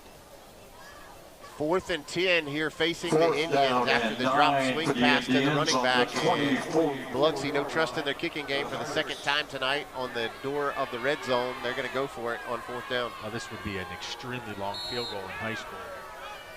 So they'll try it 4th and 10. Marlin looking, he'll throw it over the middle and incomplete. And again, this is where our defense thrives. You give a condensed field and they just really tighten up. That is a good sign mark. Turnover on downs again. That's at least 7 or 8 that I can recall. Turnover on downs that the Pirate defense forced this year. Second one of the night, where the Biloxi Indians have started on the Pirate 24-yard line. And as you can see, the ball still sitting on the 24-yard line. So great job by this Pirate defense, standing strong and so far pitching a shutout. Ben Alexander in the backfield now. He will take the handoff, try the right side. He will cross the 25 out to the 27-yard line. Pickup of 3. So we monitor the injuries so far tonight. Good news again, Marquell Lake back on the field as he continues to take a beating, but good to have him out. Marquell Lake, Kenji McNair, Shade McCollum, your wide receivers. Again, if you just joined us, Justice Moore, the senior leading wide receiver, turned his ankle last week, a high ankle sprain, after he was playing defense, and Justice is out tonight. On second down, Durr. He'll throw out here to the near side. That's Lake. Lake turning it up to the 35, and he's going to have a Renaissance Bank first down. Nifty moves here by Marquell on the near sideline. To number 19. Great blocking out there on the outside by McCollum and McNair for their teammate Lake. Knocked out of bounds. And a good ball by Jack Durr as the Pirates pick up a much-needed first down and gain a little offensive momentum.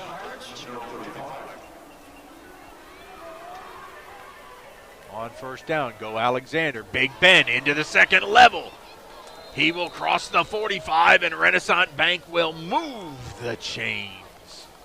Ben Alexander showing you his versatility of pop and speed as that time number 33, Aiden Harrison, the senior linebacker on the other end of the pop from Ben Alexander as he runs over him for a first down. There goes Ben again. Right side, positive yardage. He's going to push his way all the way into Indian territory to the 46.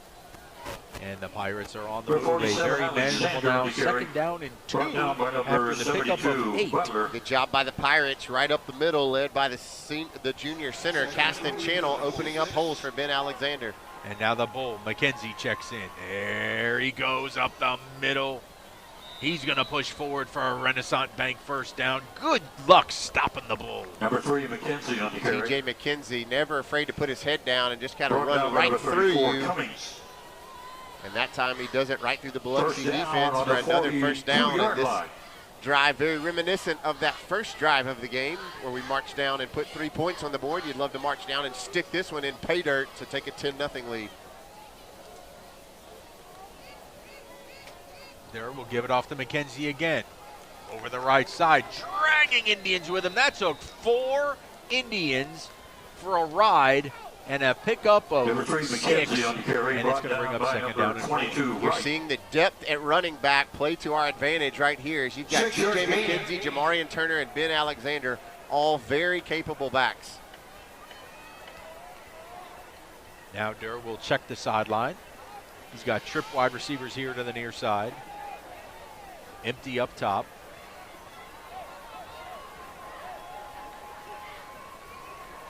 How about we give it to TJ again? And this time they'll hem him up for a gain of a yard. He'll bring up a Pearl Pool, 3rd down and 2. Number 3, McKenzie on the carry. That time a pretty good tackle by Jace Cummings, the junior linebacker who met TJ McKenzie in the hole, wrapped him up, and now we'll put in Jamarian Turner on this big Pearl Pool 3rd down. Durr checks over to the sideline. Now he's got his play. Jamarian Turner, his back. Give it to Jamarian. He turns the corner. He's going to have a first down. And the big dog rolling inside the 30 to the 29.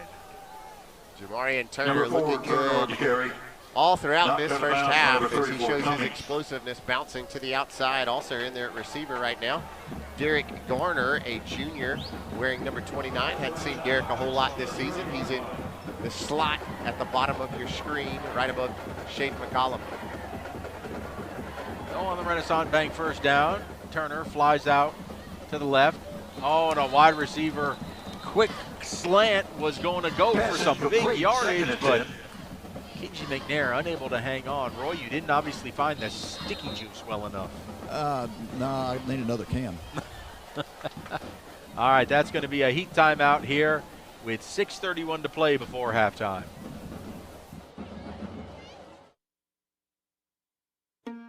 Hey, I'm Matt, and a little thing I love about the Chick-fil-A chicken biscuit is the freshly baked, flaky, buttery biscuit. When I take a bite, it's kind of like, crispy, soft, crispy. Crispy outside, soft interior, crispy chicken. There's really nothing like it. Hey, I'm Alexa, and the little thing that I love about the Chick-fil-A chicken biscuit is the chicken itself. It is more than scrumptious. It is more than delicious. It is scrumptiddlyumptious. I know that's not a real word, but I love it.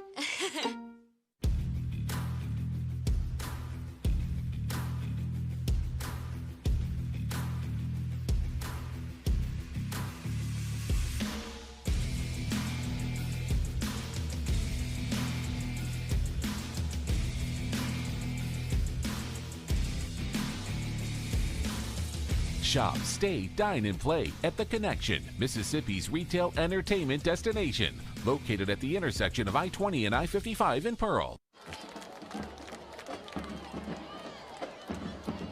The handoff, he'll push forward inside number the 30. 47, Alexander on the carry. 28-yard line, and it'll bring up number 34, 3rd down and 8 for the Pirates. Yeah, they just had a player drop. He's grabbing his hamstring like he's cramping pretty bad. Official timeout. We'll step aside on this injury. Squeeze in a commercial. When accidents happen, our 30 minutes or less ER service pledge can mean less waiting and faster care. The 30 minutes or less ER service pledge at Merit Health. Come smile with Sky. Sky Family Dental of Pearl provides complete dental care for the entire family. Oral exams, cleanings, dentures, implants. Most insurance is accepted and financing is available. Call now to schedule your appointment. Come smile with Sky.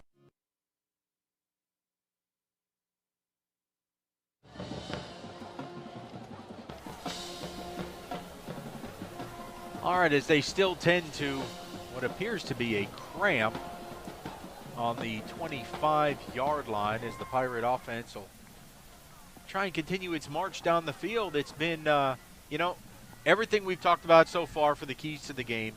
2 out of the 3 have hit so far. Have a road warrior mentality. We've definitely shown that. Yep. Strong secondary play. We've absolutely seen that as they've tested our deep ball guys, and we've risen to that challenge. The only one that we haven't really hit yet is keep your foot on the gas and punch in touchdowns when you have the opportunity. But I think we're going to cash it in on this drive, as this is probably 4-down territory at 3rd down and 8 from the 28-yard line of the Indians. Durr will have Jamarion Turner back there with him. We'll have whistle and a timeout by Biloxi. Let's squeeze in another commercial break. Pirates leading it 3-0. Public service has always had a very special place in my heart, and to be able to do it and be a first responder as a reserve, when you're not getting paid, that's just one of the most selfless acts you can do. I think we all have a responsibility to our towns and our communities. Well, for me, it's simple. I mean, when you say local, that's what's most important to me. Our citizens inside this county, we all care for each other, and we do everything we can to help everybody out. I am Shane Fletcher with Farm Bureau, and we are the home team. When Pirates need a feast, they sail to Mugshot's Grill and Bar. Voted best burger in Mississippi for 13 years in a row, Mugshot's proudly serves fresh, never frozen certified Angus beef. X marks a spot at 2 locations on the map, in Pearl and Riverwind Drive in the movie theater parking lot, and in Flowood on the corner of Airport Road and Lakeland Drive. You can dine in, take out, or order online and pick up curbside. Check out mugshotsgrillandbar.com. On 3rd down, Shade McCollum will pick up the first down on the far side on the quick throw from Jack Durr. And Renaissance Bank will move the Pass complete, first down. Great looking pass by Jack Durr, putting it out in the flat to Shade McCollum, who got a lot of yards after catch. Jack Durr now 7 of 12 for 66 yards. So on 1st down, Durr looking over to the sideline. He's got Jamarion Turner in the backfield.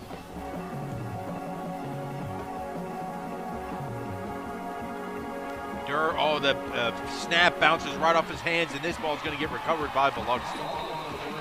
And a Biloxi player is he going to pop up?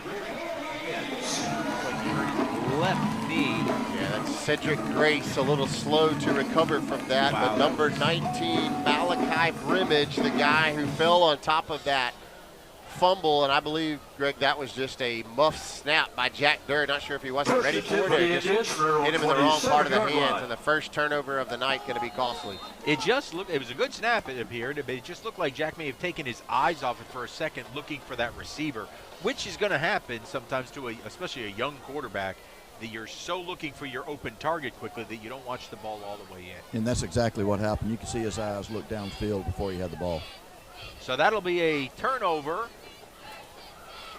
A sign mark turnover. They're going to try and run a little reverse here. And this is a lot of room down the left sideline. And can we catch him?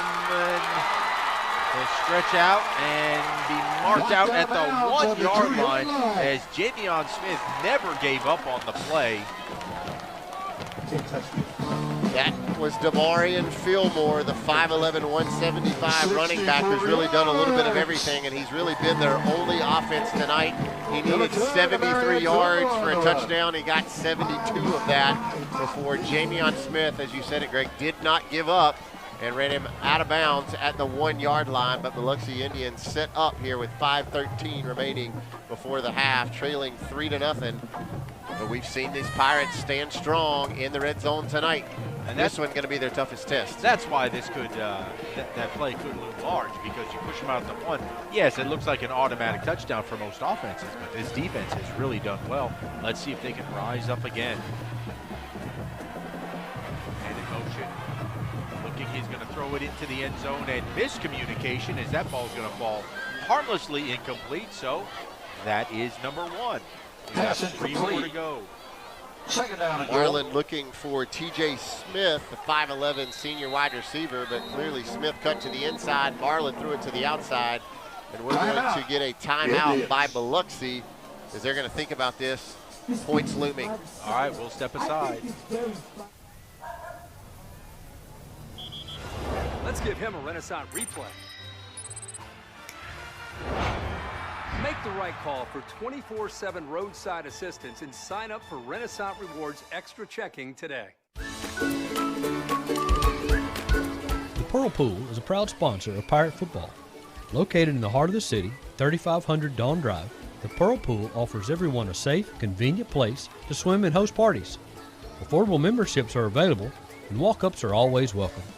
It's also a great place for Pirates to take swimming lessons before they hit the high seas. And when the temperature heats up, make plans to cool off at the Pearl Pool. Second and goal from the 1-yard line for Biloxi. Down a goal from the 2-yard line. Zachary Marlin at quarterback. He'll hand that ball off, and we met him in the backfield and dropped him at the 6. Ken Mangum coming in from his defensive line position as he looked unblocked. Ken Mangum, what a tackle. They had 3 guys in the backfield. They had 2 halfbacks pulling, trying to block, and Ken came from the opposite side and just blew up the running back, number 28, Jameer Haskett. A generous forward progress spot to the 3, but it is 3rd down. Marlin will keep it himself, trying to weave his way in, and will stop him short once again, as it was Jamion Smith coming up from his safety position. Can they do it again, Greg Flynn? Jamion made that stop before, and he made that big one there, so it is 4th and goal from the 2. They will try to push forward, and yep, he'll cross the goal line. So a valiant stand by the defense, but the Indians are able to punch it in. Number 16. Even though they've been dominated thus far, now they lead on the scoreboard 6-3, pending the extra point. Well, a great stand by the defense. They had an opportunity right there. Tristan Dorsey to attempt the point after. That would have been unbelievable. So they line up for the traditional extra point. Kick is up, but we had extra point attempt is good. Oh, well, they just 7-3 Indians, 4-13. Biloxi leads it 7-3. Leave it up to us at Mississippi Arkansas Ag for your John Deere All-Star package. The 3025E Tractor Plus Loader, Box Blade, Rotary Cutter, and a trailer at just $349 per month. Visit agup.com for more information. SignMark, your #1 hometown retailer for custom stamps, signs, and marketing products. We're growing and we want to take you, our loyal customers, with us. Whether you have an event, starting a new business, or wish to expand your existing business, SignMark is committed to helping you meet your design and marketing needs. Come see the friendly staff at SignMark at Pearson Road in Pearl and make your mark in the business world. SignMark, online at signmark.us or by phone at 601-932-6699. So with 4:13 to play before halftime, and the light show continuing to go off here inside of Biloxi Stadium. Pirates will get the ball back on the Shane Fletcher Farm Bureau Insurance kickoff.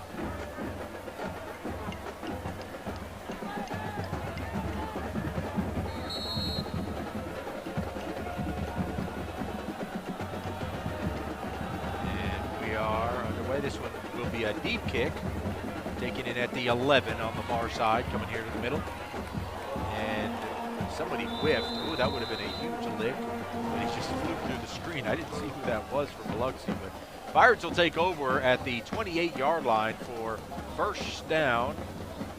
Number 6, Some other scores happening around the state tonight. Madison Ridgeland leading Jackson Academy 14-3 at the half, an MAIS score. The Petal Panthers lead Laurel 7-0 in the second quarter. We'll see Petal at Ray Rogers Stadium next week to kick off region play. Jackson Prep beating Park Lane 21-0 at the half. And the Ridgeland Titans, no surprise, leading the Provine Rams 28-0 in the second quarter. So on 1st and 10, Jacob LaFontaine in at quarterback this series for the Pirates. He'll hand the ball off, and we'll get it out to the 30-yard line.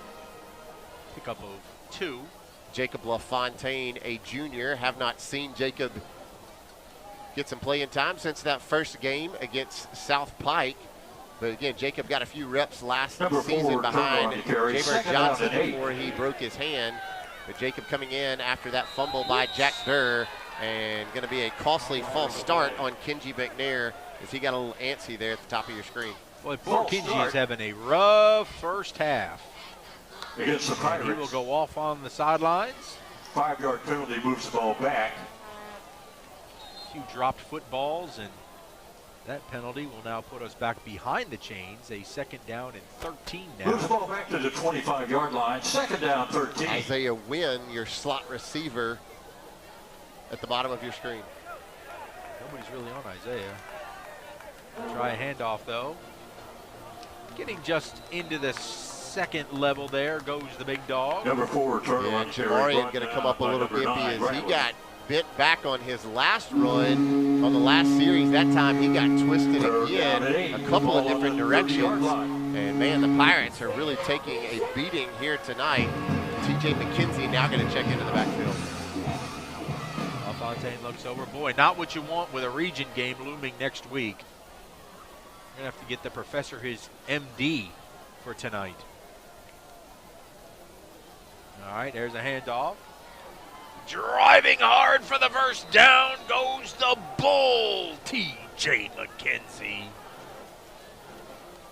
Great hard-nosed running by the Bull. TJ running right behind that offensive line along with Kendall Burks, the halfback.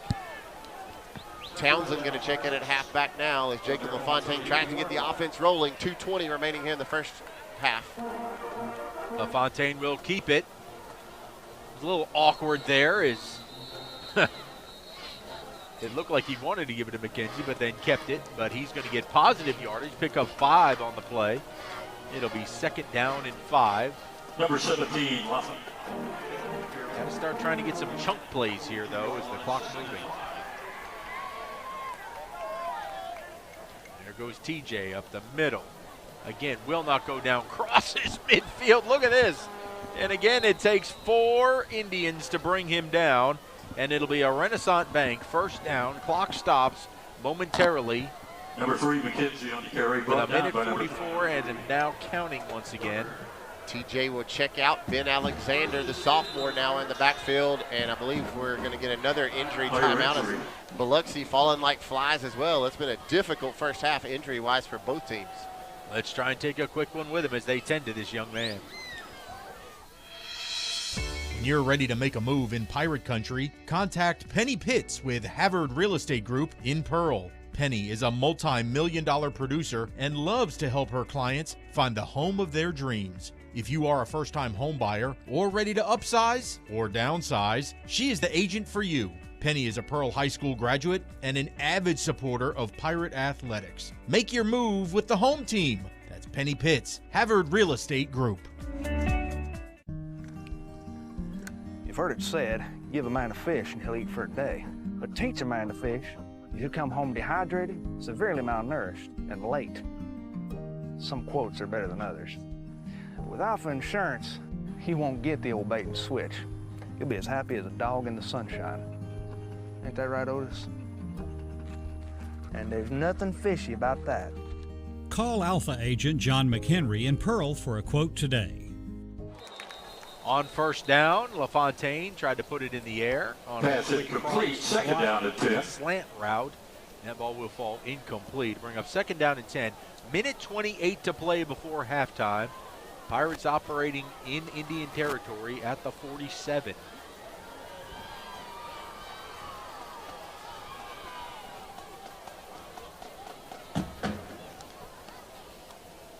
Jacob, hand that ball off. Ben Alexander going forward. He's going to get very close to the first down, but he will be 1 yard shy. So the Pirates got to hustle up now, a minute 19 and counting. The 3rd down and 1. Pirates do have timeouts remaining. Jacob, quick throw out here to the near side to Wynn. Wynn always going to fall down. He slipped down trying to make a move. And I think, yes, we're going to have to take a timeout. Justin Hunter will use his first timeout. Pass complete to number 11, Wynn. Another injured Biloxi Indian down about the 33-yard line. Good gracious. I lost count at the number of injured players on both sides tonight. Official timeout, player injury. The Pirates going to be staring at a 4th down. Am I correct? 4th down? The down marker says 3rd. I thought we were looking at 4th. Because it will be 3rd. And 1. Our statistician Matthew Stevens confers with me and says 4th. And now they moved the down marker. They heard Matthew. Looks like they're looking at the left ankle of the injured Biloxi Indian. Cannot get a name on him. Hey, Roy, you had an update on one of our MASH units down there. Yeah, Jamarian, they were looking at his instep on his foot, and he was in some pain and kind of questionable right now, but if he can shake it off, he'll be back out there. And Jamarian in the summertime suffered a bone bruise, and it lingered for quite some time. He was in a boot for a while and was just itching to get back on the field. We hope that he'll be able to return quickly, and the Indian will make his way off the field. Again, we certainly hope for the best. We like that he's going off under his own power. 3rd down and 2 for the Pirates. Aiden Harrison, the senior linebacker, the injured Indian. So 4th and 1 for the Pirates. We'll give it off to the Bull. And of course, way too easy. A 1st down at the 36-yard line. Number 3, McKenzie on the carry. So the clock will stop momentarily with 53 seconds. Now it picks back up. Pirates going quick. Fontaine's going to give it off again to McKenzie inside the 30 to the 29. 43 seconds. Number 3, Looks like the same exact play as T.J. McKenzie running behind that big offensive line. We've got 2 timeouts in our pocket, I believe. And McKenzie again, he'll make it to the 25. I would imagine you'll see a timeout here. That'll be a 1st down. It'll stop the clock for a second, but we're going to make sure. Now they're going to wind it again after they move the chains, and we're going to get a injury timeout. Yeah, don't look now, but T.J. McKenzie now down. Good gracious. Jamarian Turner, running back, already down. T.J. McKenzie now down. Marquell Lake been injured. Kenji McNair came into tonight with an injured collarbone. Justice Moore out with a high ankle sprain. You got any eligibility left, Greg Flynn? Well, no, but the worst part is, again, we've got region play coming up next week, and the one thing you always want to get out of non-region play is uninjured. And yeah, good news is T.J. McKenzie walking off, actually trotting off now under his own power. So whatever that was that hurt him, hopefully that was just temporary. And Ben Alexander, the sophomore, will check in here with 23.9 seconds remaining before the half, and we would really love to punch this one in going into the half. So LaFontaine will hand it off to Alexander, and he was 1 man away from being able to bust that. And now we will take a timeout with 12.8 number seconds. 47, Alexander on the carry. We'll take one quick break here, back in 30 seconds. 34. I'll take one of those shovels. Oh, those shovels are lease only. But I just want to dig a hole. Well, I can sell you the sweet, sporty, compact model for cash. You wouldn't put up with this at a hardware store. Don't put up with it when you buy a car. So come to Rogers Dab Chevrolet. It's easier here. All right, so the Pirates looking to get points here before the break. 12.8 seconds to go. Trailing it 7-3, but they are in Indian territory at the 24-yard line. It'll be 2nd and down.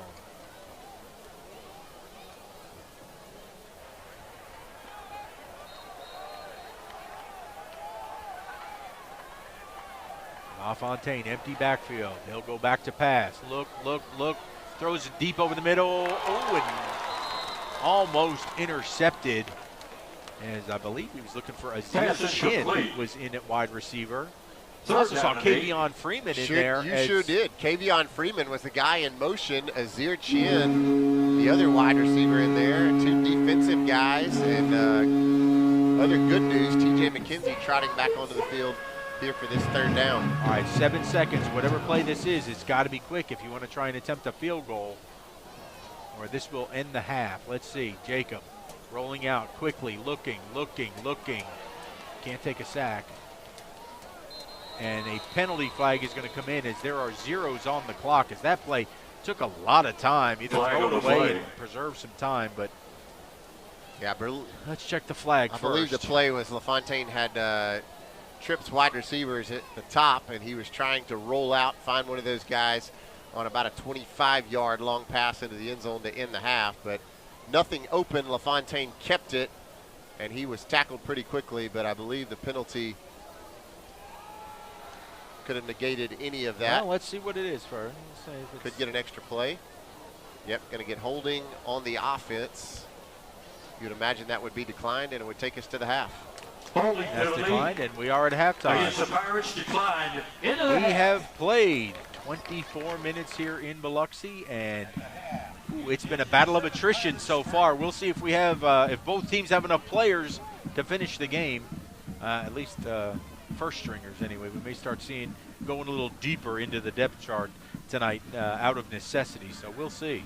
Yeah, a lot of momentum on that first Pirate offensive drive after we fumbled the kickoff. Biloxi recovers it, the opening kickoff. Biloxi recovers it at the 24-yard line, and they get nothing. So the defense stands.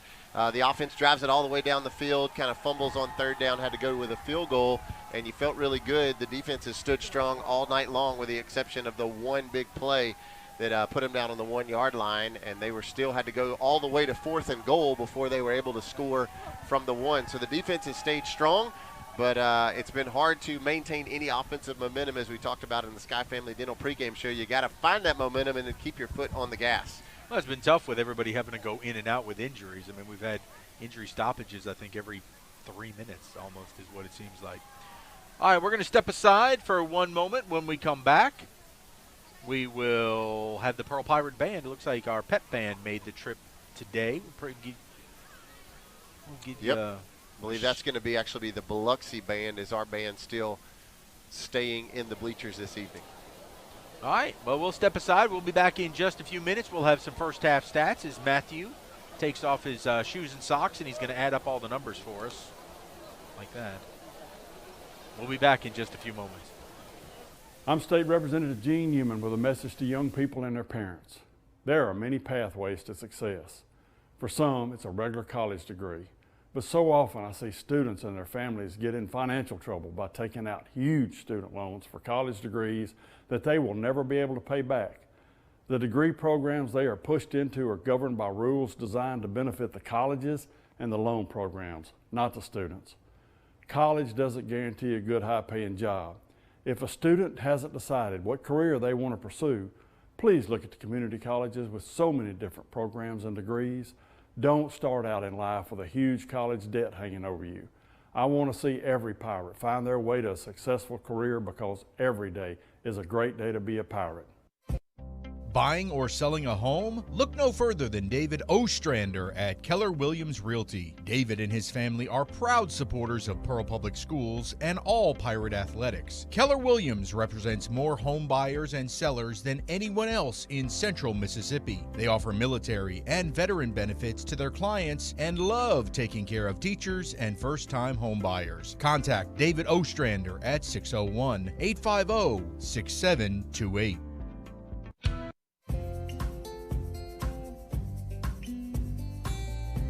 Hello, I'm Mayor Wyndham, and I'm thrilled to show you the city creating its own future. Pearl is located in Rankin County, the fastest growing county in Mississippi, and there's no question why. Access to great schools, even better shopping, and unbridled beauty make Pearl a town that truly embodies its name. And with a truly exceptional team of first responders, public safety is another key component of our success. With fantastic housing opportunities from quaint suburban neighborhoods to gorgeous lakefront properties, there's a place for you here in Pearl. You can't beat the location. Right outside of Pearl is the crossroads of the South, where Interstate 20 meets Interstate 55. From here, you can travel anywhere within the state or the country. Or you can choose to stay right here in Pearl to enjoy a Mississippi Braves baseball game or experience the small town atmosphere, community pride, and heart of the local residents. I'm Officer Kyle Carmerdale. And I'm Officer Alfred Jenkins, School Resource Officer with the Pearl Police Department. And our job is to protect students. Here in Pearl, we have zero tolerance for drivers that break school bus laws. There are 4 things to know. Stop at least 10 feet from the bus when it is loading or unloading. Don't move until kids have crossed the street to or from the bus. The flashing red lights are no longer activated. The stop sign on the side of the bus is retracted. When we catch you, you get a ticket up to $750, up to a year in jail, or both. Please pay attention so every student can get to school and home safely. I'm State Representative Gene Newman with a message to young people and their parents. There are many pathways to success. For some, it's a regular college degree. But so often I see students and their families get in financial trouble by taking out huge student loans for college degrees that they will never be able to pay back. The degree programs they are pushed into are governed by rules designed to benefit the colleges and the loan programs, not the students. College doesn't guarantee a good high-paying job. If a student hasn't decided what career they want to pursue, please look at the community colleges with so many different programs and degrees. Don't start out in life with a huge college debt hanging over you. I want to see every pirate find their way to a successful career, because every day is a great day to be a pirate. The Exchange is a church that is for Pearl. The Exchange exists to make the love of God visible and tangible to our city. Whether it's gifts and prayers for our teachers and students, acts of service for those in need, family-friendly activities for our city, Thanksgiving meals for families, encouragement for the next generation, or hope when people need it most, the Exchange is for Pearl. And the Exchange is here for you. Find a place to belong, grow, and serve by visiting us online at theexchange.cc. He was supposed to be the 5th man to walk on the moon. But 200,000 miles from Earth, an oxygen tank explodes. Serious power supply malfunction. Okay, now let's everybody keep cool. Thanks to his survival skills and leadership instinct, Hang in there, it won't be he long. helped guide the crew back home. Welcome home. This really looks great. He was Jim Lovell, and long before he wore this uniform, he wore this one.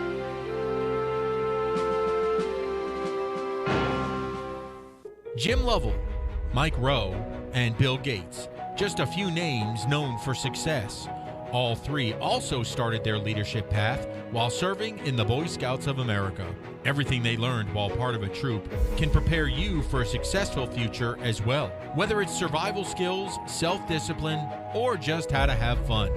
If you'd like to be a part of the next generation of Scouts, Pearl has a local troop, 575, and for more information, you can call Cale Gamble at 601-594-7020 or email him at calegamble@yahoo.com. The Boy Scouts of America, be prepared. The Pearl Pool is a proud sponsor of Pirate football. Located in the heart of the city, 3500 Dawn Drive, the Pearl Pool offers everyone a safe, convenient place to swim and host parties. Affordable memberships are available, and walk-ups are always welcome. It's also a great place for pirates to take swimming lessons before they hit the high seas. And when the temperature heats up, make plans to cool off at the Pearl Pool.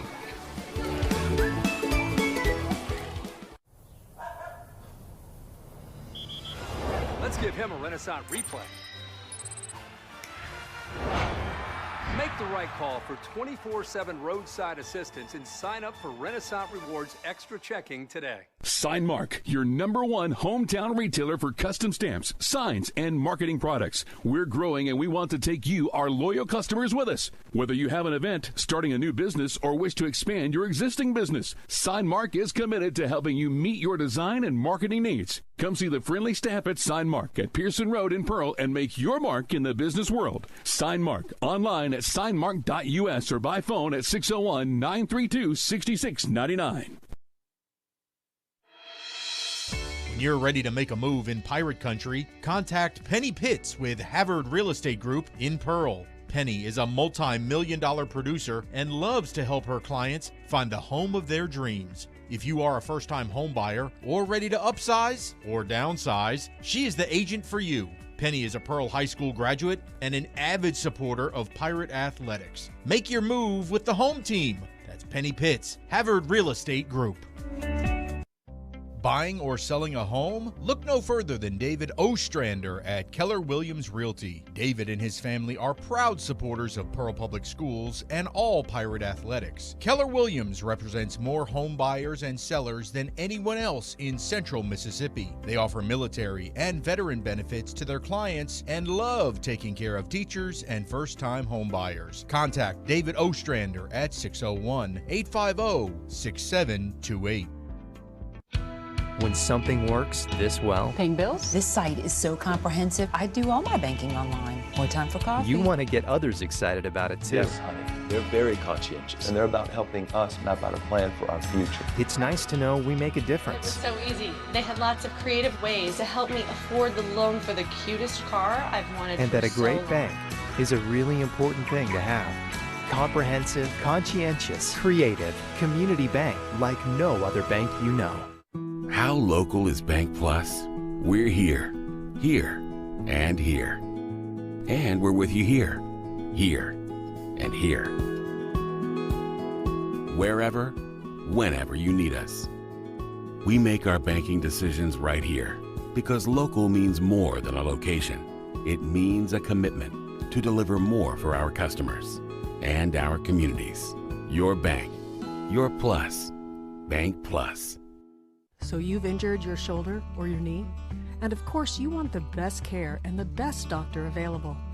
The doctor on the left treats shoulders and knees and ankles and hands, while the Mississippi sports medicine doctor on the right specializes in one body area and one area only, treating thousands of patients a year. Trust your medical care to one of our true specialists. Mississippi Sports Medicine. We specialize for you. At Bob Boyd Honda, we pride ourselves in getting our customers the best deals around. Usually that means when we're selling cars, but right now, Bob Boyd is in the market to buy. we're offering top dollar for pre-owned autos, trucks, and SUVs. Come by, talk to our dedicated team, and discover what a great time it is for Bob Boyd to buy back your used vehicle. Any make, any model. Whether you're selling or buying, at Bob Boyd Honda, you get a deal. Hey, I'm Matt, and a little thing I love about the Chick-fil-A chicken biscuit is the freshly baked, flaky, buttery biscuit. When I take a bite, it's kind of like, crispy, soft, crispy. Crispy outside, soft interior, crispy chicken. There's really nothing like it. Hey, I'm Alexa, and the little thing that I love about the Chick-fil-A chicken biscuit is the chicken itself. It is more than scrumptious. It is more than delicious. It is scrumptiddlyumptious. I know that's not a real word, but I love it.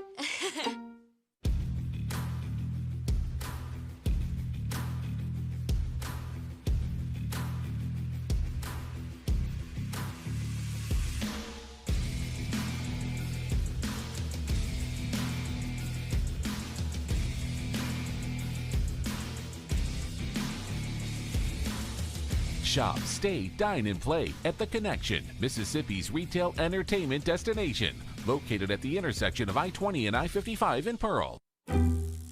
When accidents happen, our 30 minutes or less ER service pledge can mean less waiting and faster care. The 30 minutes or less ER service pledge at Merit Health. Come smile with Sky. Sky Family Dental of Pearl provides complete dental care for the entire family. Oral exams, cleanings, dentures, implants. Most insurance is accepted and financing is available. Call now to schedule your appointment. Come smile with Sky. Public service has always had a very special place in my heart, and to be able to do it and be a first responder as a reserve, when you're not getting paid, that's just one of the most selfless acts you can do. I think we all have a responsibility to our towns and our communities. Well, for me, it's simple. I mean, when you say local, that's what's most important to me. Our citizens inside this county, we all care for each other, and we do everything we can to help everybody out. I am Shane Fletcher with Farm Bureau, and we are the home team. When Pirates need a feast, they sail to Mugshots Grill and Bar.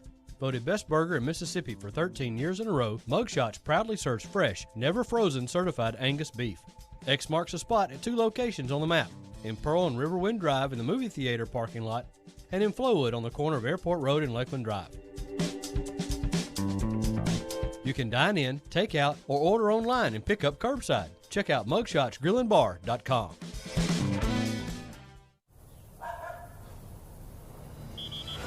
Let's give him a Renaissance replay. Make the right call for 24/7 roadside assistance and sign up for Renaissance Rewards Extra Checking today. The Pearl Pool is a proud sponsor of Pirate football. Located in the heart of the city, 3500 Dawn Drive, the Pearl Pool offers everyone a safe, convenient place to swim and host parties. Affordable memberships are available, and walk-ups are always welcome. It's also a great place for Pirates to take swimming lessons before they hit the high seas. And when the temperature heats up, make plans to cool off at the Pearl Pool. Leave it up to us at Mississippi Arkansas Ag for your John Deere All-Star package. The 3025E Tractor Plus Loader, Box Blade, Rotary Cutter, and a trailer at just $349 per month. Visit agup.com for more information. Signmark, your #1 hometown retailer for custom stamps, signs, and marketing products. We're growing and we want to take you, our loyal customers, with us. Whether you have an event, starting a new business, or wish to expand your existing business, Signmark is committed to helping you meet your design and marketing needs. Come see the friendly staff at Signmark at Pearson Road in Pearl and make your mark in the business world. Signmark, online at signmark.us or by phone at 601-932-6699. When you're ready to make a move in pirate country, contact Penny Pitts with Havard Real Estate Group in Pearl. Penny is a multi-million-dollar producer and loves to help her clients find the home of their dreams. If you are a first-time home buyer or ready to upsize or downsize, she is the agent for you. Penny is a Pearl High School graduate and an avid supporter of Pirate athletics. Make your move with the home team. That's Penny Pitts, Havard Real Estate Group. You've heard it said, give a man a fish and he'll eat for a day. But teach a man to fish, he'll come home dehydrated, severely malnourished, and late. Some quotes are better than others. With Alpha Insurance, he won't get the old bait and switch. He'll be as happy as a dog in the sunshine. Ain't that right, Otis? And there's nothing fishy about that. Call Alpha agent John McHenry in Pearl for a quote today. I'll take one of those shovels. Oh, those shovels are lease only. But I just want to dig a hole. Well, I can sell you the sweet, sporty, compact model for cash. You wouldn't put up with this at a hardware store. Don't put up with it when you buy a car. So come to Rogers Dab Chevrolet. It's easier here. These fresh, never frozen chicken fingers at Raising Cane's are so delicious. They speak for themselves. So, while you watch, I'll tell you all about our secret dipping sauce. First off, it's a sauce. And you use it for dipping. Yeah, that's all I can tell you. Because it's Beats unbooted. Secret. 3, Raising Cane's. 2, One 1, love. go. As you can see, the field illuminated in all red here, as they have one of the coolest lighting systems I've ever seen at a high school game. It is unbelievable. They sync the strobe lights to the music here, just for when they're playing it over the PA, as Zoom well out as some, when Carol. the band is playing. So Come all the way out. really nice job down here at Biloxi High School. All about the experience now in high school football and a beautiful facility. Difficult first half as the Pirates trail at the half, 7-3. Welcome into the Gene Newman Campaign halftime show. And we'll take a look at some of the stats from the first half real quick. A couple of scores happening from around the state. Some private school action. Some of the main action to note, MRA leads Jackson Academy in Central Mississippi battle 21-6 in the third quarter. Prep leads Park Lane 27-0 at halftime, and a couple of public school matchups. Ridgeland leads Provine 35-7 And maybe the biggest scorer of note, the Petal Panthers, who we'll see next week to kick off Region 3 6A play. They lead Laurel 24-14 at the half. Again, this one 7-3. Biloxi Indians lead your Pearl Pirates here on the Gene Newman Campaign Halftime Show. Yeah, just looking at some of the stats here, Jack Durr, who was replaced by Jacob LaFontaine late in that second quarter. Durr was 7 of 12 for 66 yards. Did have the fumble on the snap. He did not come back in after that play. LaFontaine, he threw one pass, or it was 1 of 3 for 0 yards. Our running backs, man, this is about as even across the board as you can get. So Jamarion Turner has 10 carries for 41 yards. TJ McKenzie has 8 carries for 43 yards. And Ben Alexander, 7 carries for 36 yards.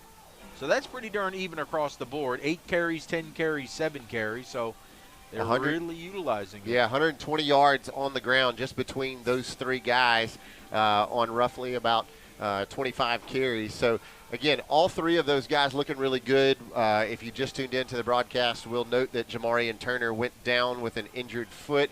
There in the second quarter, T.J. McKenzie went down, went out, did come back in. Ben Alexander, the only guy maybe fully healthy at this point. But those guys have looked really, really good to help tote the load as it's been a little bit of an up-and-down night through the air with Durr and LaFontaine. Well, and our leading receiver, Marquell Lake, looked pretty good, especially in the early going. 4 catches for 38 yards. The one number that really stands out to me is Kenji McNair. He's got 1 catch for 12 yards, but oh, what could have been.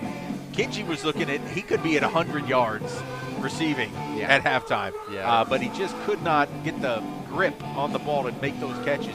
He was going to be running for days on 3 passes in particular. Yeah, that he got behind. You wonder, like we talked about in the Sky Family Dental pregame show, that Kenji battling with a pretty difficult injured collarbone. They did not even know if he would fully be able to go all night tonight. So don't know if that collarbone's playing into the ability to squeeze that football. But Kenji, a really good-looking wideout that we're leaning heavily on with Justice Moore out. Hey, and I love the fact that we got early on be able to get Colston Bennett some confidence back after he missed that extra point last week. He came through with a nice 28-yard field goal, which are our 3 points we have on the board. Confidence boost for that young sophomore, right? Yeah, very much needed that, and he booted that one right through. Keller Reed looked really great on the kickoffs, and LaFontaine has handled the punting tonight. He's looked good with that as well. So special teams been pretty solid. On the other side for Biloxi, it's been a difficult first half for them offensively as well. They were able to get 7 points, but Zachary Marlin, the starting quarterback for Biloxi, 0 of 6. They have yet to complete a pass tonight. Their only really offense, Greg, is Damarian Fillmore, who has 5 carries for 88 yards. Well, he had 1 carry for 72. That's right. So he's got 88 yards with a 72-yarder mixed in there. So it's not like he's been running all the way up and down the field. He had 1 play, really, that gave him all those yards. So I think that's what we're going to be keying on. And I don't know if the professor, are you down there? I am. All right. So I call you the professor, but I think most guys have a PhD. You're going to need your MD tonight. I tell you. Yeah, we kind of got banged up a little bit. I was telling one of our administrators we need to set up a triage unit here on this track and treat some of our injured. Hey, now you drive a school bus too, right? Well, I used to. I don't anymore.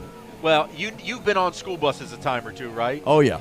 Is there room for them to put a whirlpool on one of those buses on the way home? I think we're going to need to get a specialty bus. We got the food truck. Dr. Morgino got us the food truck, to help feed the students in the neighborhoods and all during the summer. We need to get us a whirlpool truck to carry to these games. Yeah, about one with 4 or 5 whirlpools in it, because they are going to need every bit of it tonight. Do you see Coach Hunter yet? I haven't seen him come out yet. Oh, here he is. Let's see if we can get a quick word with Coach Hunter. All right, here we are. Go ahead.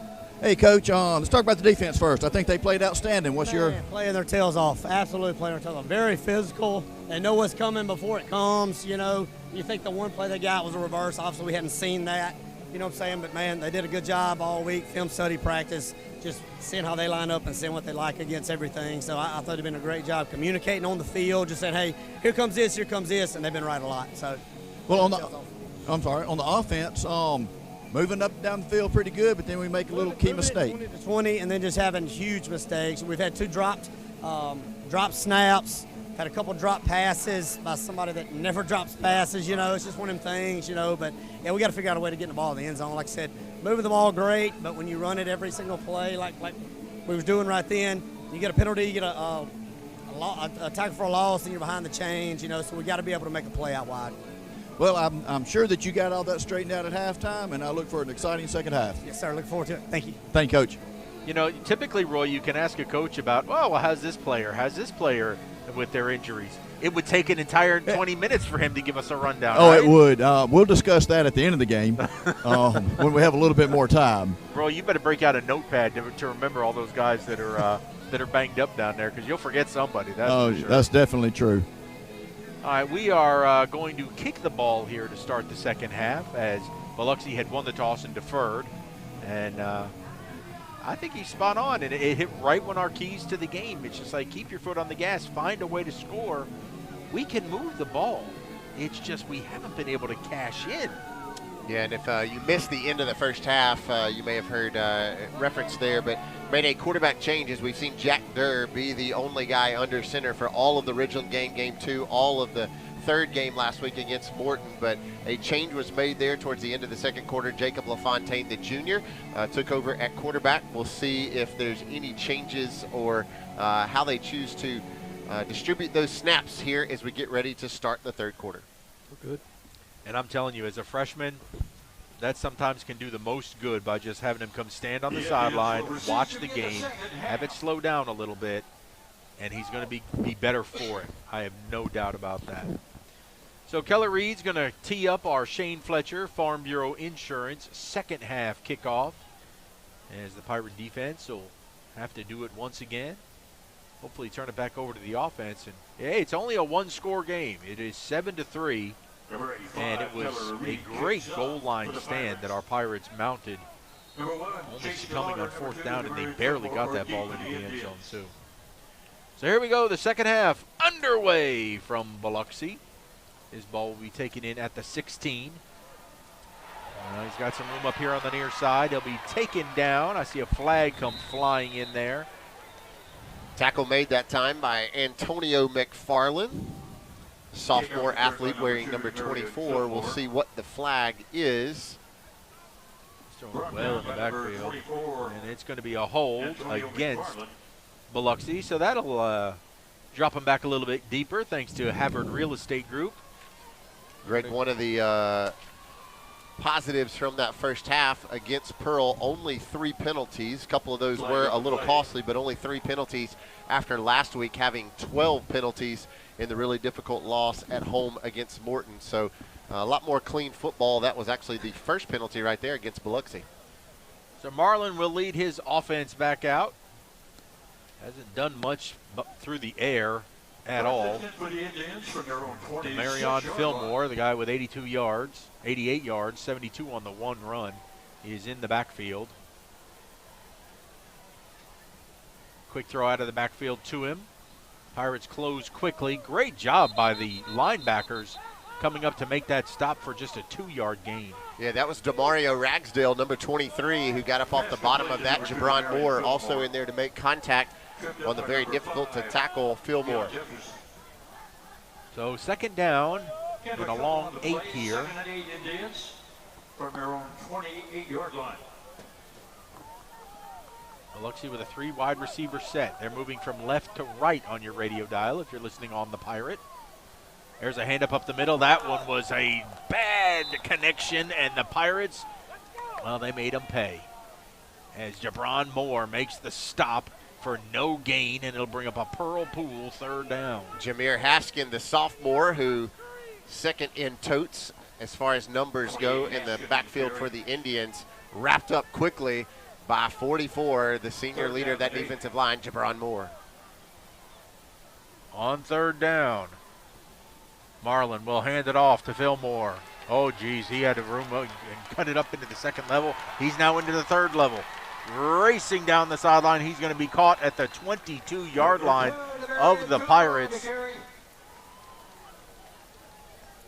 That tackle made on the far side by Chin. 50 yards on the run from Demarion Fillmore, and a beautiful misdirection play called by the Biloxi offensive staff as Marlin went one way and he handed off to Fillmore going the other way, and he fooled the entire Pirate front seven, and Fillmore 50 yards later has it on the corner of the red zone. Now they'll put it up the middle again, and that was way too easy. Inside handoff will go for a touchdown over the left side. And just like that, Biloxi drives it right down the field on 2 big plays to extend the lead. Goodness gracious. Jameer Haskin, the sophomore, after the 50-yard run by Fillmore, they hand it off to Haskin, and from 21 yards out, he plunges it in to make it 13-3, pending the Biloxi extra point. That puts Fillmore up about close to 140 now.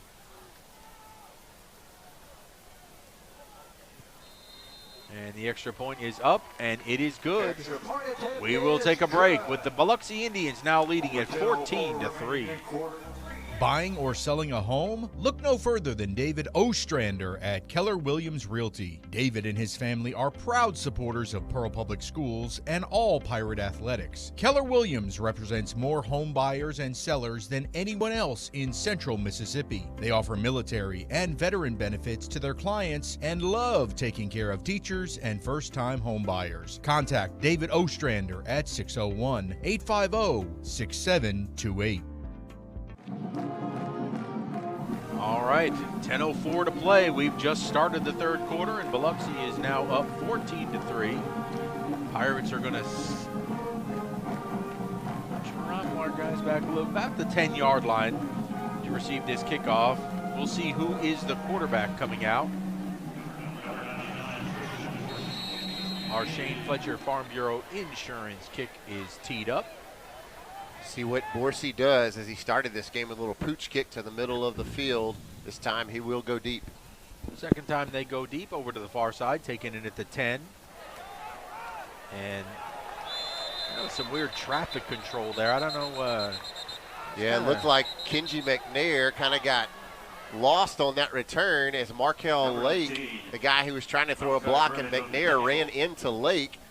That was odd. And the Indian down on the field actually sort of helped make the tackle, I guess. And speaking of Indians on the field, there's another injured Biloxi guy at around the 43-yard line. It's been a difficult night on attrition on both sides as we've seen multiple injuries. This time it's 34. Jace Cummings, the junior linebacker for Coach French, Biloxi Indians. Hey, Professor, I think it was kind of a quick punch in the gut to our defense there. We're not used to seeing that. No, we're not. That they got that one big play and kind of got us on our heels, and I don't know, they kind of ran out of gas a little bit, but they're going to be back. They're going to come back. This game has just been a couple of big plays. It really has. I'm trying to see. I can't see into the 30. Jacob LaFontaine. LaFontaine will be back out there now. All right. How's Durr's demeanor down there on the sideline, Roy? Oh, he's of course he's disappointed that he's not in there, but he's cheering Jacob on, and and he's cheering the rest of his teammates on. He wants to win. That's the final outcome. That's what he's told me all along. As long as we win, he's going to learn. He's going to take his lumps, and he'll be fine. All right. So it is LaFontaine at the helm. It'll be up to him to lead this offense down. Did a very good job of driving the team down the field right before the half. We just ran out of time to try and put points on the board. So let us see. And who's that in the backfield? Good news. Jamarian Turner is in the backfield. There he flanking is. Jacob LaFontaine. So the big dog back in there. Can't keep a big dog down. He's going to go to the outside, try and turn the corner. I think they'll give him a yard on that. Yeah, I talked to the trainer when he came out at halftime, and he said all the injuries, there's nothing major. They're all just little nicks and bumps and bruises, and everybody should be good to go. All right, that's great news to hear. Especially good news to see Turner able to come back. So 2nd down and 9. LaFontaine gives it off to Big Dog. He's going to try the left side. Oh, he spins his way out of there. A little wiggly there for for a big dog. He got small like a puppy, and he's going to make it 3rd down and 5 now from the 27. Pirates trying to run a little up-tempo to keep Biloxi on their heels. From the 27.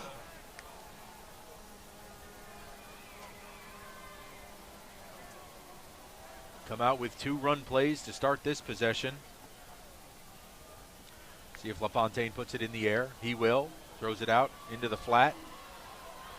That's effective. It wasn't pretty, but boy, is that effective. Crossing the 35 out to the 37. That's going to be a Renaissance Bank first down. Yeah, I believe there's some miscommunication as LaFontaine audible. They looked over to the sideline, and Marquell Lake, along with Shaden McCollum, both kind of stayed in their spot to run a little wide receiver screen, so only one guy was blocking. Thankfully, Marquell caught it and ran for a first down. There's a handoff to Big Dog. He'll be stacked up. They'll give him a yard out to the 40. Number 4 Turner on the carry. Or right at the 40-yard line, so he'll pick up 1. The 2nd down and 9.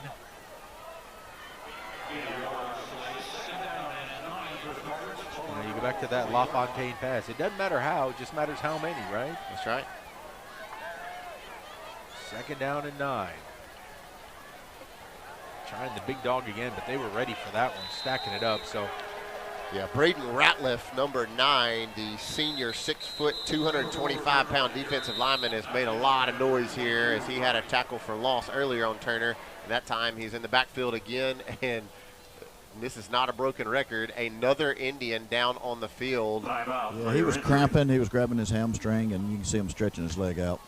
You know, one of those things that you don't want to get into a pattern too much for a defense, but as we've started this half or this quarter, run, pass, run, then you're going to have to pass again. So I think they were ready for that 2nd down play, which is why they were able to stack Turner up and lose 2 yards, and 3 yards actually, and it'll be now a Pearl Pool 3rd down and 12 as they continue to try and stretch out the Indian. He's popping up now. Yeah, and that is number 2, Demarion Fillmore, the guy who's made so much noise on offense, and they're playing a little defense, and he goes down with what looked like a cramp. He looks all right now. And you know what? It's not that hot here. I mean, it's a beautiful night down on the coast. Yeah, that's what I was just talking to our officer down here, that it's not that humid. I would not expect to see this many cramps on their part. No, and it's not hot. It's not humid. It's actually quite fall-like. On 3rd down, LaFontaine going to put it in the air, looking, and looking too long. He spins out of it. Now he'll be able to throw it away, or throws it up for grabs. He caught it.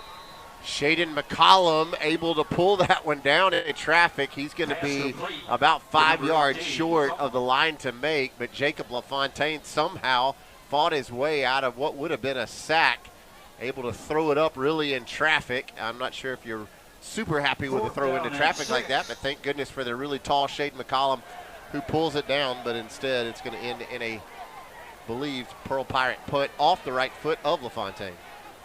Jacob got a good snap, steps into it, gets it away. Ball's going to hop, take a Pirate bounce, and be picked up. This time we're down there. Most high schoolers let that go, but that one was fielded, and we were there to knock them down. 38 yards on the LaFontaine punt. Trey Chafier in there on the stop. Good job. Trey Chafier. Good coverage by Chafier, and now we'll see what this Pearl Pirate defense can do after having a really good first half. They got gashed on the first drive of the second half, making this a 14-3 ball game as Biloxi scored on a 21-yard touchdown run by Jameer Haskin. So they go 4 wide on this one. 3 at the top of your screen. Quick throw out there. They're going to run the little wide receiver screen. And a big collision, but a good gain on first down of 9 yards. Chase DeLauder, the receiver on that one. That'll be 2nd down and 1. 9-yard gain on the play. And you may not believe it, Greg, but it's 14-3 with 6:55 remaining in the third quarter, and that was the first completion of the night for Biloxi. And typically, stopping the run has been our strength. We let him spin out of that one. We had him in the backfield. There's 2 missed tackles, 3 missed tackles. They reach for the face mask. I don't know if they're going to get a face mask or a hold, but somebody reached up around the headgear. I want to see. Yeah, there was a lot of guys reaching for the running back Haskin, but we're going to get a hold out here on the outside. I believe that hold's going to be called on number 12, Deron Parrish, who is trying to block Azir Chin to get Haskin spring him around the corner, but instead he gets called for a holding call, and be the second holding call of the night on Biloxi. And good news for the Pirates, they're headed backwards. We were very fortunate there because they could have thrown 2 face mask calls on us. Here's a spot foul, so it will be 2nd down and 6.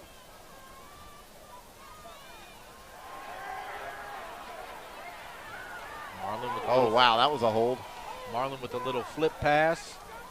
You can hear him yelling hold on the Pearl sideline. No flag came out that time. Yeah, Coach Wilbanks is not happy as he took off his headset, the defensive coordinator for the Pirates, trying to call for that hold. Kavion Freeman got held and spun around backwards, but a good job of pursuing the wide receiver who come in motion that time in Parrish. And this is a big Pearl Pool 3rd down as we need to get momentum back on our side. We're going to get the heat timeout with 5:59 remaining here in the 3rd quarter. We'll take a quick one with him and come back with 3rd down. When something works this well, Paying bills? This site is so comprehensive. I do all my banking online. More time for coffee? you want to get others excited about it too. Yes, honey. They're very conscientious, and they're about helping us map out a plan for our future. It's nice to know we make a It was difference. so easy. They had lots of creative ways to help me afford the loan for the cutest car I've wanted And for that a so great long. bank is a really important thing to have. Comprehensive, conscientious, creative, community bank like no other bank you know. How local is Bank Plus? We're here, and here. And we're with you here, and here. Wherever, whenever you need us. We make our banking decisions right here because local means more than a location. It means a commitment to deliver more for our customers and our communities. Your bank, your plus. Bank Plus. Go. All right, on 3rd down for Biloxi. Inside handoff. Oh, the Pirates were there and ready, and it was mayhem. Jabron Moore. What a huge stop by one of the senior leaders for this defense, Jabron Moore, who just clogged up the middle and slows down any Biloxi Indian momentum there, and going to force a Biloxi punt.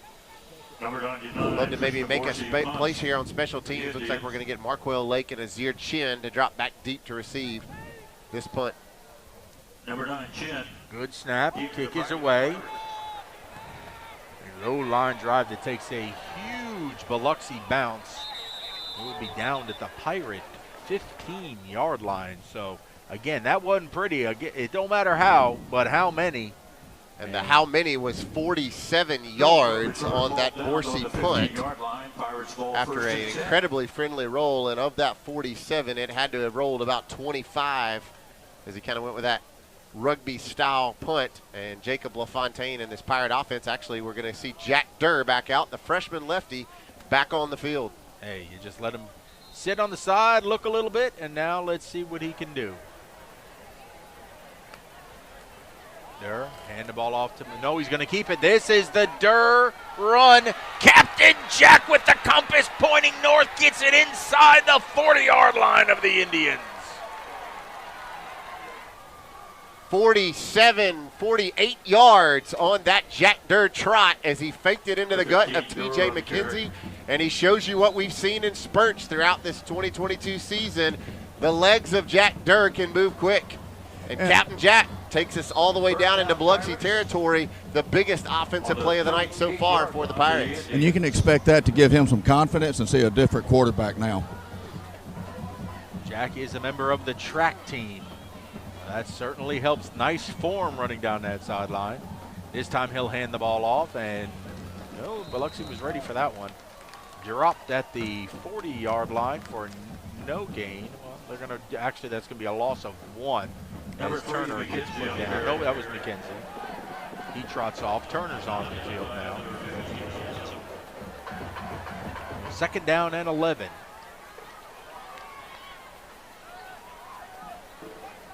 Little clap count. And now Jack will look over and get his play. Approaching the 4-minute mark here in the 3rd quarter. Jack fakes the handoff, throws it high, and oh, what a catch over the middle! And fighting with 6 Indians to bring him down inside the 20-yard line to the 18 goes Shaden McCollum. What a ball from Jack Durr. What a catch and run from Shaden McCollum. 20 yards inside the red zone. Great pitch and catch from 15 to 18. Trying to punch it in for 7. So we are indeed in the Ag Up red zone. And now they will stuff the run up the middle as no room for the big dog. There's an injury, number 50 for them. He's grabbing his knee. They will give Jamarion 2 yards, but more importantly, we have an injury.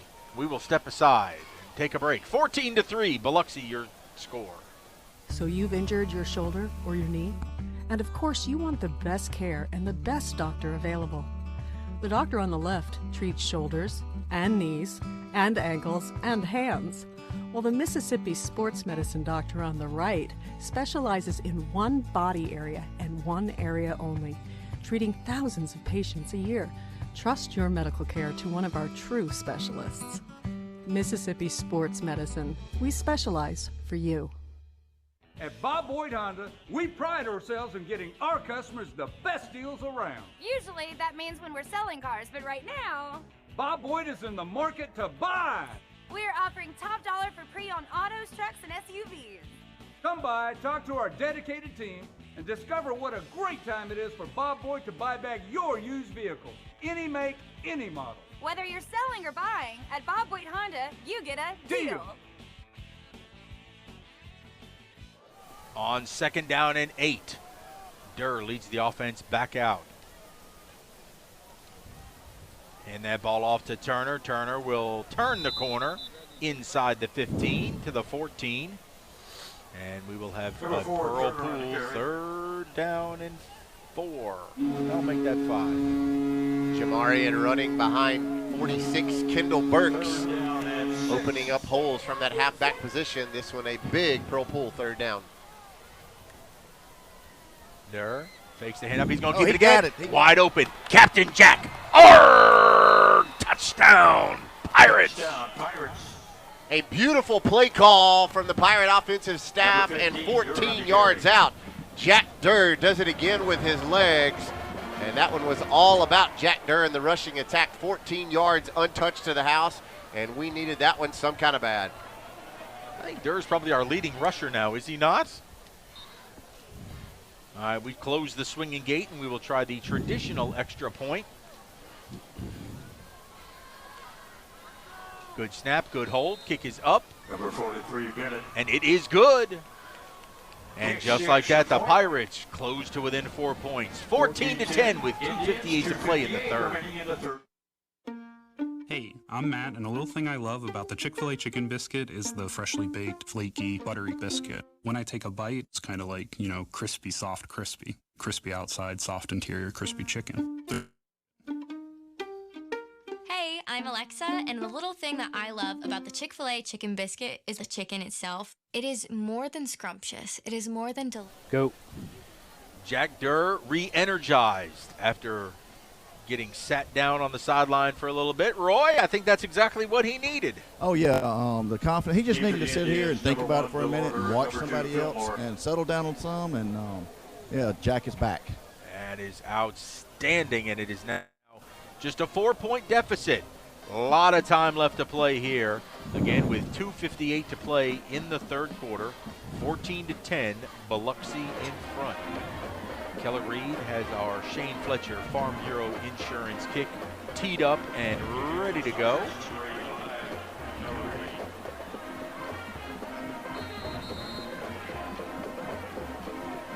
Puts a onside kick on it. Ball's bouncing around. They got it. And somehow Biloxi's going to come up with it. That was a little trickeration right there. Yeah, 53 Judson Byers. Tip your cap to him, the junior offensive lineman. Again, an offensive lineman there on the front lines on special teams, and a pretty good attempt by Keller Reed as it bounced the intended 10 yards as it's now at the 47. We just needed that ricochet. But yeah, no lucky crazy bounce there at the end that you sometimes need, and Byers able to fall on top of it before we could kind of hit him. Well, the Pirates were there. If that ball bounces away at all, we had 6 Pirates right there.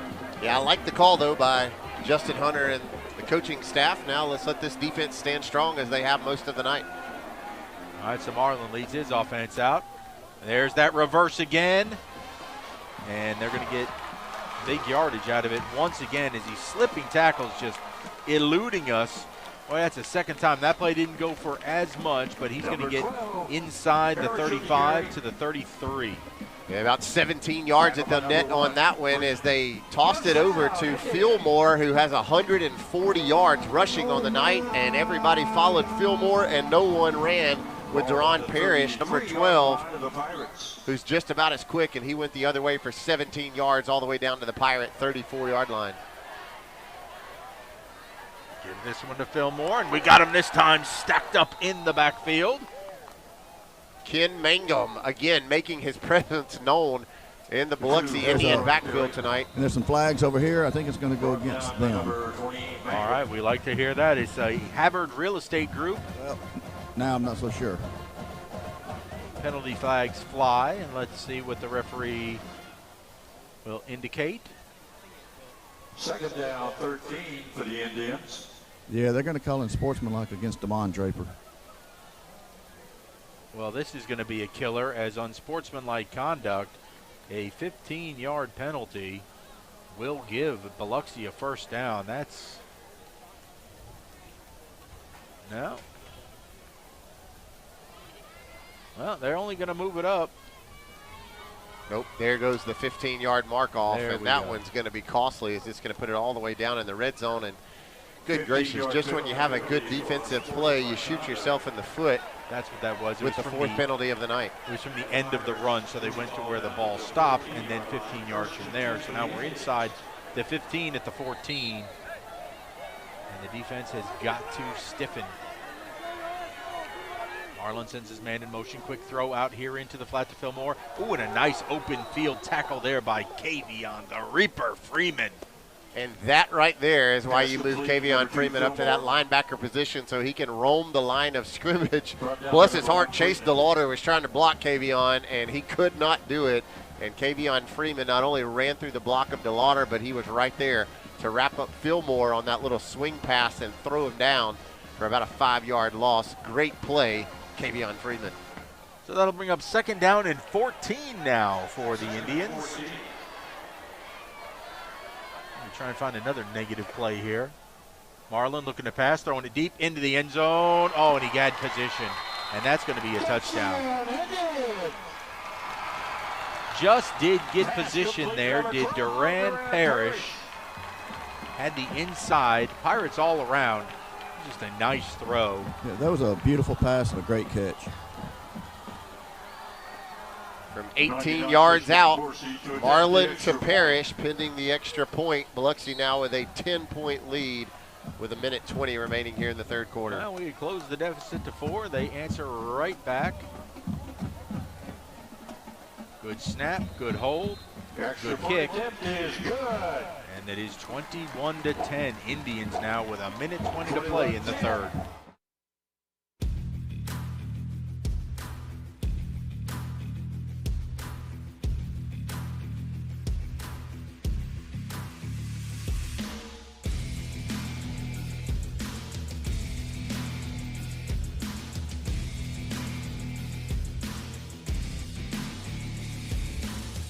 Shop, stay, dine, and play at The Connection, Mississippi's retail entertainment destination, located at the intersection of I-20 and I-55 in Pearl. Go. The light show continues here in Biloxi as the Indians have gone back up by 11 points. Pirate offense will get the ball back. Minute 20 to play here in the third. Still plenty of time. Number 6 McNair and number 19 Lane. Ball will go deep and bounce and hopefully go out of bounds. It does, so the Pirates are going to get great field position here as they'll start it off at the 35-yard line. Kickoff goes out of bounds, flag on the play. So that's helpful. Gives us a lot of breathing room. And let's see if we can do what we did last drive. Penalty. Jack Durr trots out. Again, 4 carries for Jack, 58 yards and a touchdown on the ground. He's 7 of 12 through the air for 66 yards, but it was all about Jack Durr's legs on that last drive. And again, the way stats work here in high school is all sack yardage goes against you, so Jack actually with more positive yards than that, but stat-wise, 58 yards on 4 carries.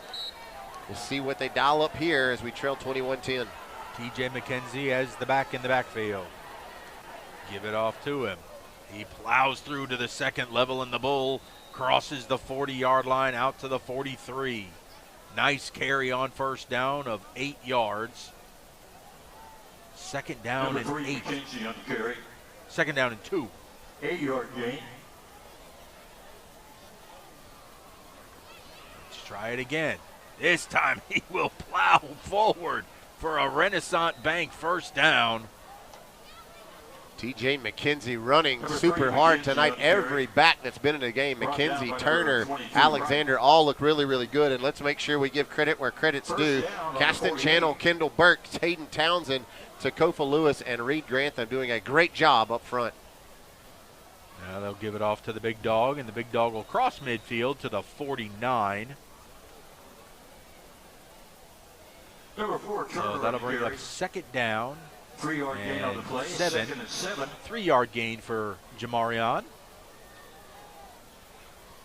Here with 3 wide receivers, 2 here to the near side. Boy, and they just did not, they forgot about the end, but thank goodness the shiftiness of the big dog. He crosses the 45-yard line to the 44, and that will be the end of the third quarter. Pirates will face a third down and short when we come back, trailing 21-10. When accidents happen, our 30 minutes or less ER service pledge can mean less waiting and faster care. The 30 minutes or less ER service pledge at Merit Health. Come smile with Sky. Sky Family Dental of Pearl provides complete dental care for the entire family. Oral exams, cleanings, dentures, implants. Most insurance is accepted and financing is available. Call now to schedule your appointment. Come smile with Sky.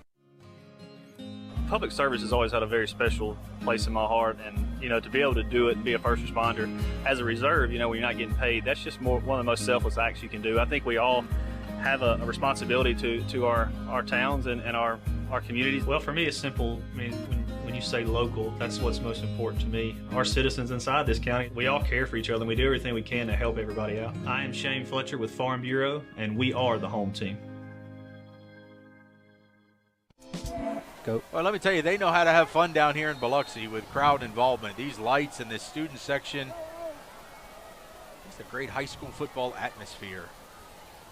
On third down and 2. This is going to be a first down, and the Bull make way as he gets it to the 31-yard line. TJ McKenzie. TJ McKenzie running hard. He'll tap out after he tapped in for Jamarian Turner. Here comes Ben Alexander. Also want to give credit to the junior DJ Page, who's in there on that offensive line. Little high snap, and that ball is lucky to be not intercepted. That timing was just thrown off on that play. Jack Durr trying to find Marquell Lake on the far side, but for the second time tonight, Zadarius Crawford almost had a pick 6 on the same exact spot on the field, and that play only thrown downfield by about a yard or 2, but it's thrown a long way across the field, and Crawford has read it back-to-back times. Thankfully, not been able to catch it. Second and 10. Durr. Oh, that ball's tipped, and thank goodness not intercepted. That ball fell harmlessly to the turf at the 22-yard line, and it will bring up a third down. Could not see what Biloxi Indian got their hand up, but Shane McCollum ran a perfect post route. It was their linebacker here on the near side. It looked like Jack Durr was going to put it right on the money, but at the last second, that linebacker got his hand up. Isaiah Wynn going to check in the slot, top of your screen, 4 wide on 3rd down. 3rd and 10. Durr back to pass, looking left, throwing it deep. And again, very close to being intercepted. Had 2 Indians over there in coverage. So it will be 4th down, and this is easily 4-down territory. You're down by 11. Marquell Lake, the intended wide receiver, and if you're going to get back in this one, you need to pick up this 1st down. 4th and 10. McNair, Lake, McCollum, and Wynn, your wide receivers.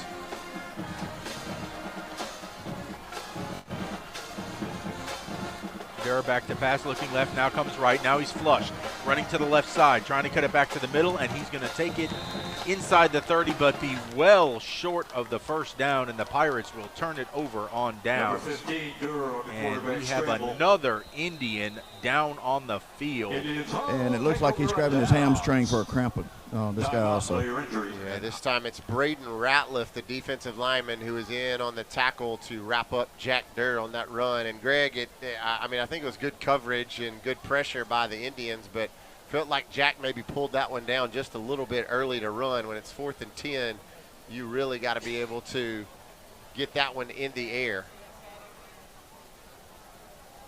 I don't know if it was Biloxi that it was an unusually cool day down here that they didn't think they needed to hydrate, but for the late September, to see this many cramps is crazy. Yeah, I know. I was just talking to Officer Jenkins again and said, I don't know. They must not have hydrated enough before the game.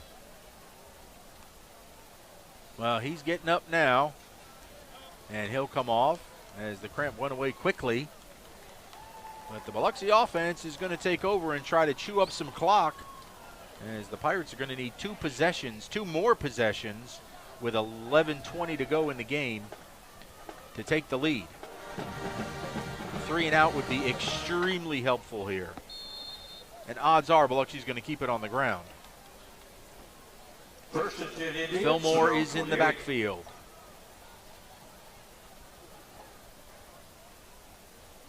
And they will give it to him. Oh, and he broke into the 2nd level. Got right past our defensive line, and he's going to cross midfield, and they will mark him down. Number 2, like at the 40. You can't give him that all the way to the 45. Fillmore's down. Jamion Smith made the tackle and pulled down Fillmore, who's trying to sit up on the far side. And, this is unbelievable. I've never seen this many guys fall down and stay down in one game. A really hard tackle by Jamion Smith, who was just trying to save a touchdown. As give credit to Damarian Fillmore, he has looked like a phenomenal running back here tonight. Roy, what are you seeing down there from field level of the holes that Indians are able to find? It looks like at first that the hole's not there. We'll have 3 or 4 Pirates there, and then he just slips through, and there's nobody until he gets to the safety. 8 carries now for 164 yards for Damarian Fillmore. 8 carries, 164 yards. That's not a bad average, coming in at around 21 yards a carry. All right, this is going to be an extended break. Let's take a quick break and step aside here from Biloxi. Buying or selling a home? Look no further than David Ostrander at Keller Williams Realty. David and his family are proud supporters of Pearl Public Schools and all Pirate athletics. Keller Williams represents more home buyers and sellers than anyone else in central Mississippi. They offer military and veteran benefits to their clients and love taking care of teachers and first-time home buyers. Contact David Ostrander at 601-850-6728. Well, Fillmore, who had been writhing in pain on the ground, makes his way up and is now walking off under his own power, a little gingerly, but not needing any assistance. So Biloxi's got themselves a 1st down at the 45-yard line of the Pirates.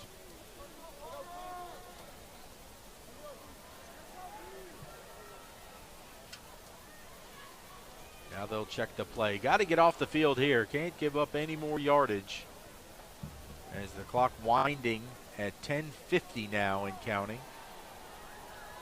And there's a handoff. We know it's coming. And this time the Pirates are able to wrap him up for a short gain.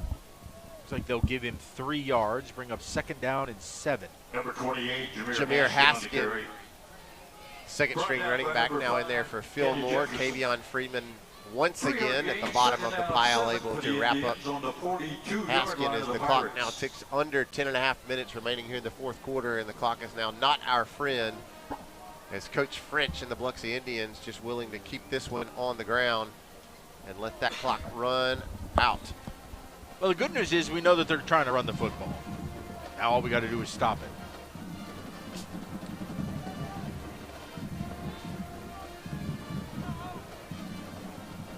All right, another inside handoff, bounces to the outside, and we just cannot wrap up.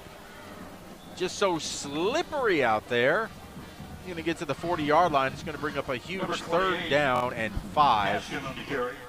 But we had him stopped in the backfield if we could have just wrapped up.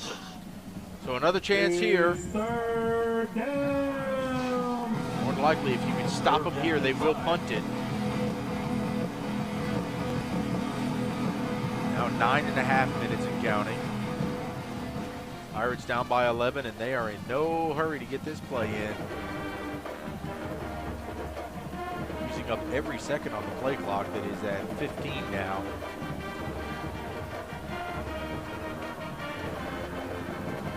Coach French really trying to shorten the game.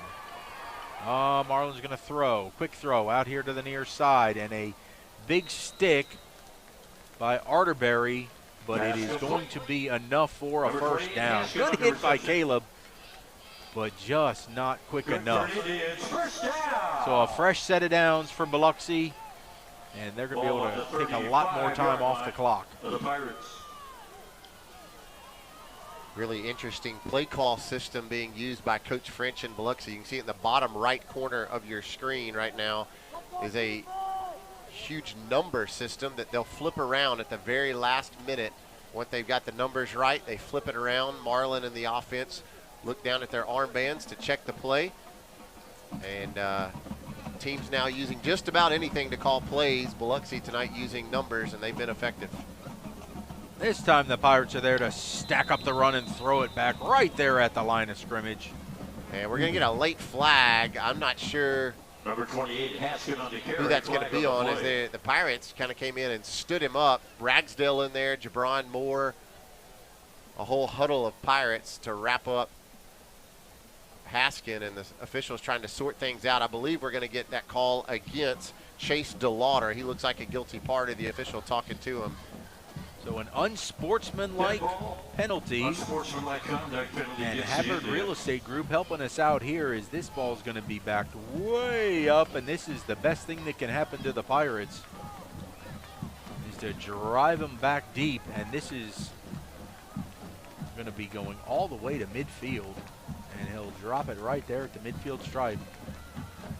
So it is first down and Wiggins to go. No, 2nd down. That was post-possession, or post-play. So 2nd down and Wiggins to go for Biloxi. But they will wind the clock, and we are at the 8-minute mark and counting. Play clock at 13. Marlon sends his man in motion. He'll roll out to his right. Now throw back to his left. Has a man on the inside, and that is going to be a big catch for a 1st down at the 16-yard line. Deron Parrish, 34 yards, and it was just a matter of time before maybe they hit the big ball, as they were a lot of running game, a lot of keeping it on the ground. We decided to stack the box, thinking they would continue to run it, but now that they got behind the sticks, they put it up to their leading wide receiver. And a pretty good-looking ball from Zachary Marlin, pulled down by Parrish, and now Biloxi inside the Pirate red zone once again. Well, Parrish just got great inside position over there on Chin. And he has committed to Vanderbilt to play basketball also, so he can get some vertical. Pretty smart kid, too, if he's going to Vanderbilt. All right, the handoff will be stacked up. Still falls forward, though, inside the 15 to the 14-yard line. Haskett on the carry. 6 minutes and 45 seconds to play in the game. Pirates down by 11. Going to need the ball twice. Biloxi looking to ice it with a touchdown here. Field goal still keeps it a 2-possession game.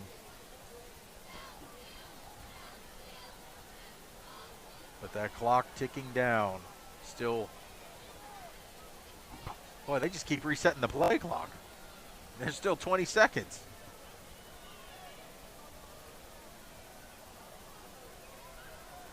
Now they'll look over. They're in no rush. They're really good clock management here. As the play clock at 5. Gonna have to call a timeout. And Biloxi will indeed take a timeout. Will take one with them. 5:55 to play. Pirates down 21-10.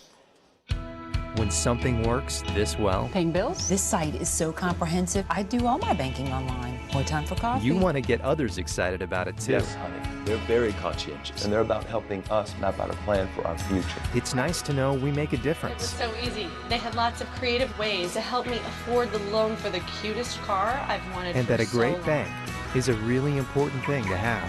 Comprehensive, conscientious, creative, community bank like no other bank you know. How local is Bank Plus? We're here, and here. And we're with you here, and here. Wherever, whenever you need us.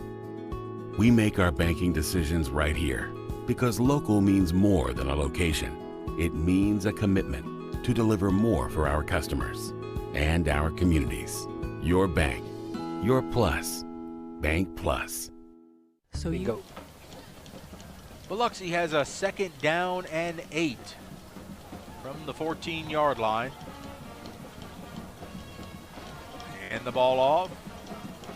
Pirates are there. No gain on the play. It'll bring up a 3rd down with 5:45 and counting now. Good job that time by Cameron Hewitt, sophomore offensive lineman in there at nose guard, plugging the hole and forcing Biloxi into this 3rd down. Need to force him into a field goal attempt here is what we need to force him into to keep it a 2-possession game.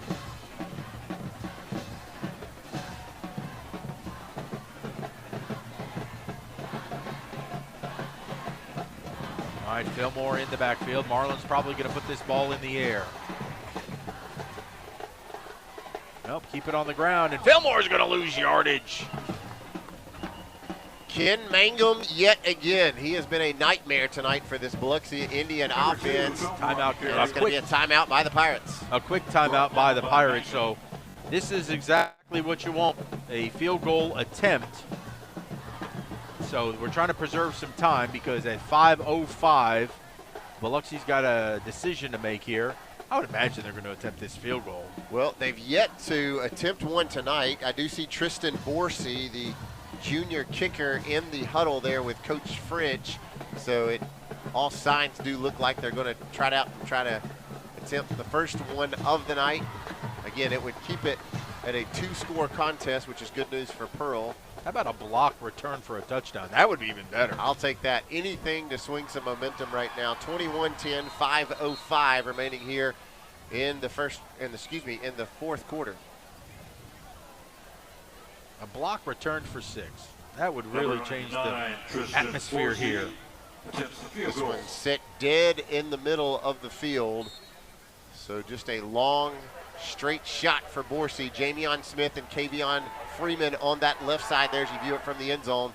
Let's see if somebody can get a hand on it. 35-yard attempt. And it's going to be... It's good. Boy, did that ball just curl back around. Started outside the post and came right back. Pirates still have life. 5 minutes to play. They're getting the ball back, down 14. So you've injured your shoulder or your knee? And of course, you want the best care and the best doctor available.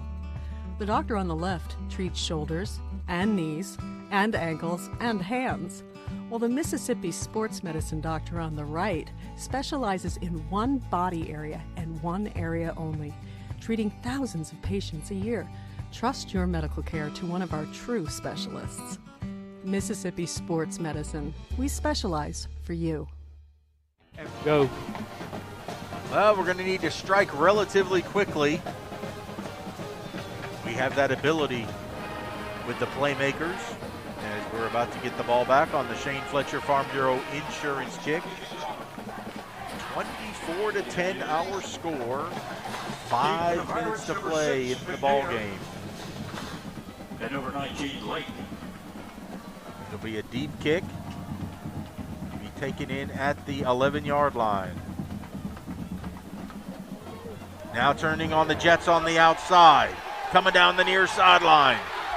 And you want to do it? You want to score fast? Kinji McNair. You can't score faster than that.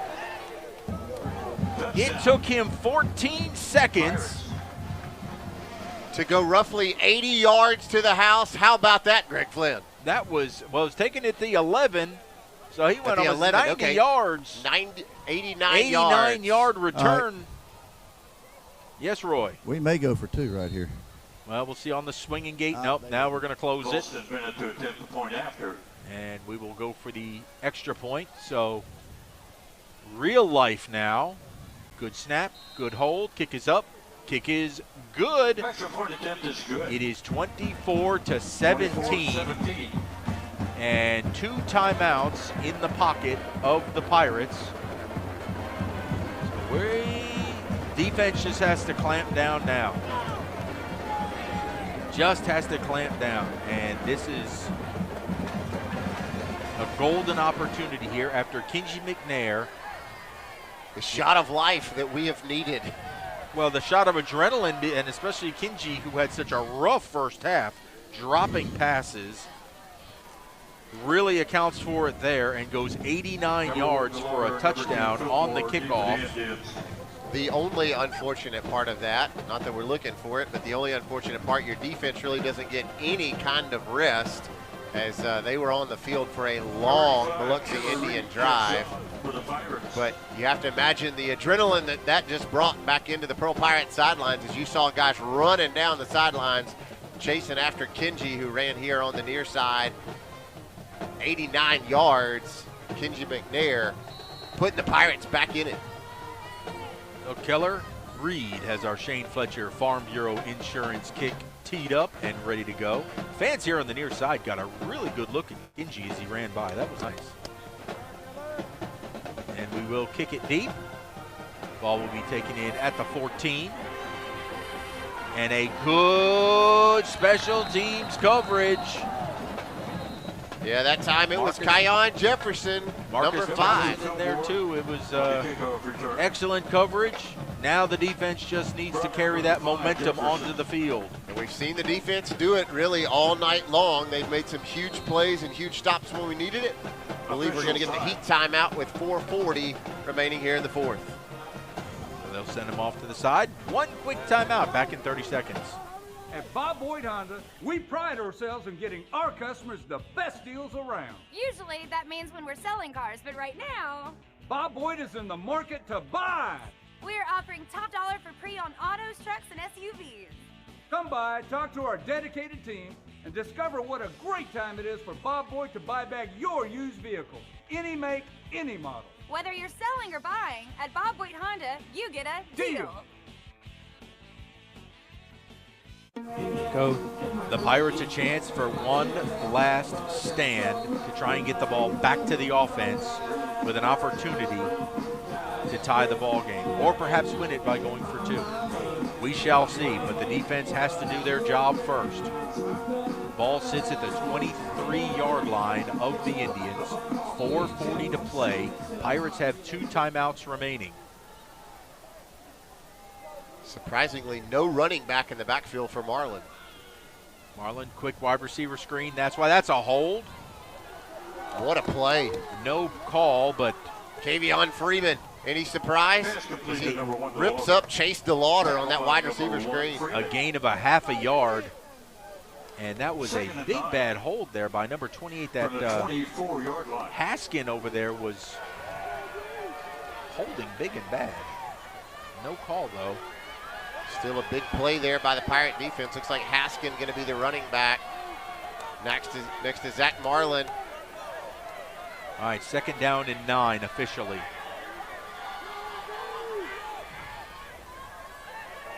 Marlin will inside handoff, and the Pirates will stop out at the 27-yard line, and we're going to get a quick timeout by Coach Hunter to preserve some time. We will have one left with 3:52 to play, and Biloxi facing a 3rd down, and it looks like 6. And yet again, Greg, Kavion Freeman, what a night, as we talked about it from the top of the broadcast tonight. Kavion, who started the first 3 games at safety after being a linebacker all of last year. The coaches decided to move him back up to the middle of the defense to linebacker, and I don't know if we have a tackle total for him, but Kavion Freeman has been everywhere and seemingly in on almost every tackle tonight, as he's caused all sorts of nightmares for this Biloxi Indian offense, who has a huge 3rd down and 6 in front of them right now. How about a bad snap that we fall on that Marlin can't handle? That would be nice. We'll take any break we can get. All right, so Marlin's going to come out in the shotgun. He's going to have 3 wide receivers, 2 here to the near side.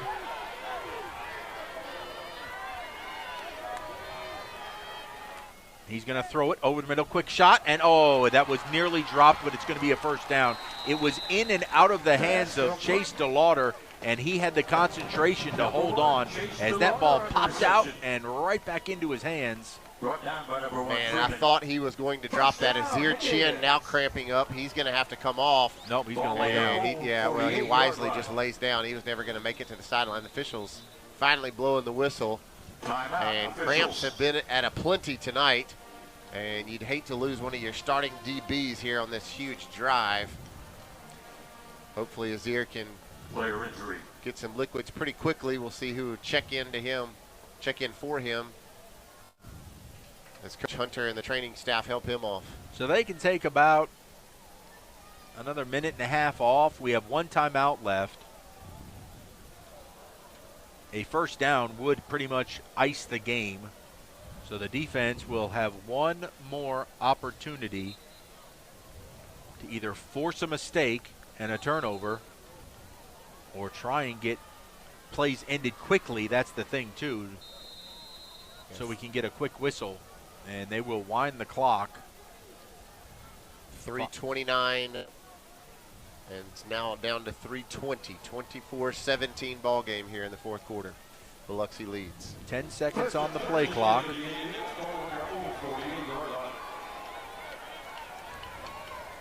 Marlin going to keep it himself, and he's in the 2nd level, and he's going to be going.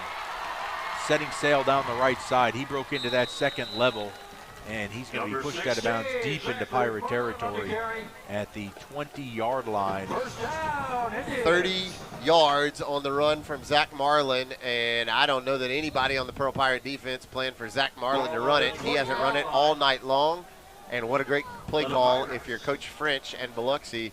No one went with 16, and he went 30 yards when we needed a huge stop, and now Biloxi again in the red zone. You cannot give up points right here, already down 7.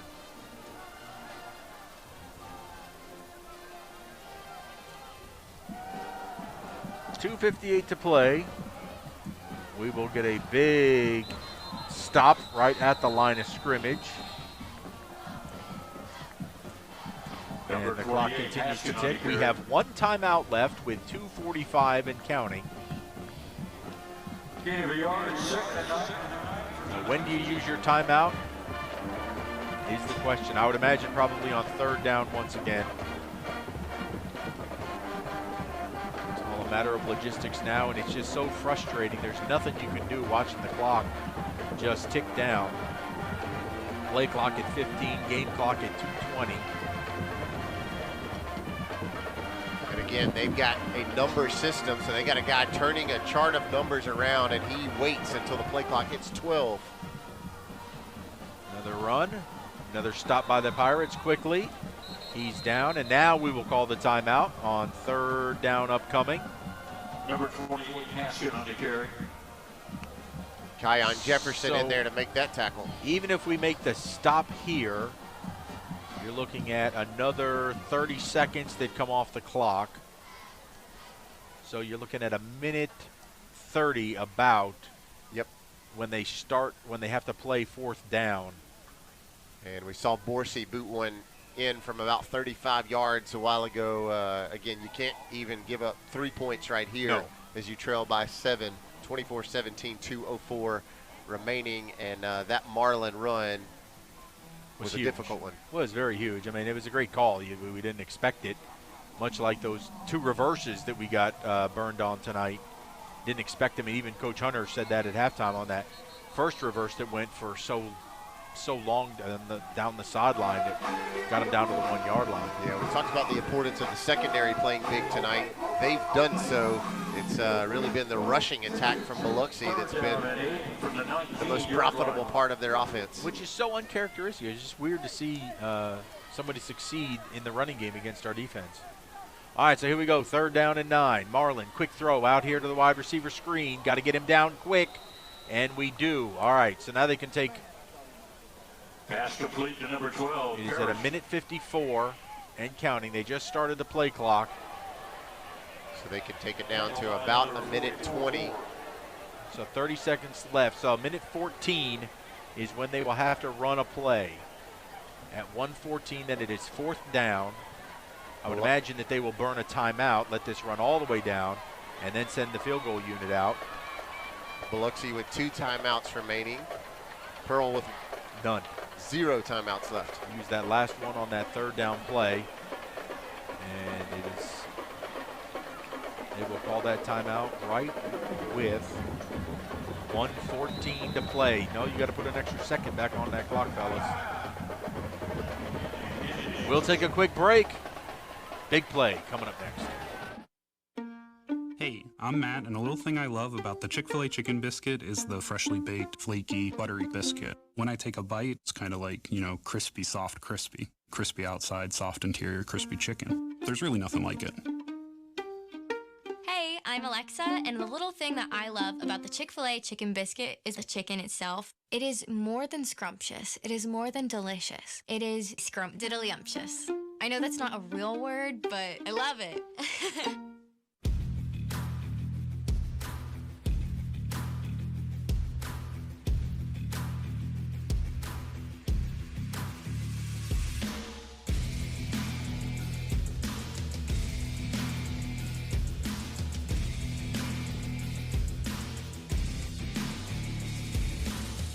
Shop, stay, dine, and play at The Connection, Mississippi's retail entertainment destination, located at the intersection of I-20 and I-55 in Pearl. Go. Biloxi will attempt a 38-yard field goal from the left hash. Borsey. Ball is down. It is up. Does it have the distance? No good. And it is short. So the Pirates have life. They have a minute and 7 seconds to get in the end zone. And they're going to have pretty decent field position.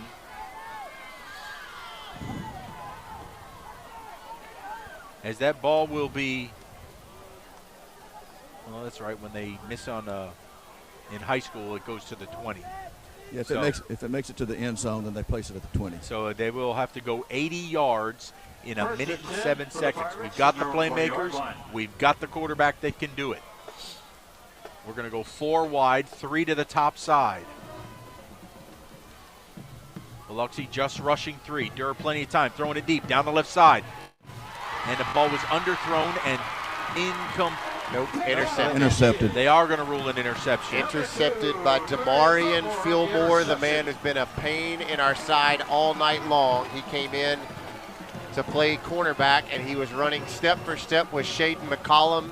It wasn't a real bad ball by Jack Durr, maybe a step underthrown, and Fillmore went up at midfield and picked it off and fell to the ground. It just looked like he couldn't get enough on that one, right? I mean, because the receiver had a step. It was 30 yards in the air. Professor, what did you see down there from the sideline? It looked like it came out of his hand a little awkward. It was a little wobbly on there, and Jack usually throws a pretty good spiral. And I mean, you're talking about half a yard underthrown, and they just made a play on it. So it will be victory formation now for Biloxi, as they will only have to take 2 knees, and that will do it. A valiant effort by the Pirates, but some big plays once again are our nemesis.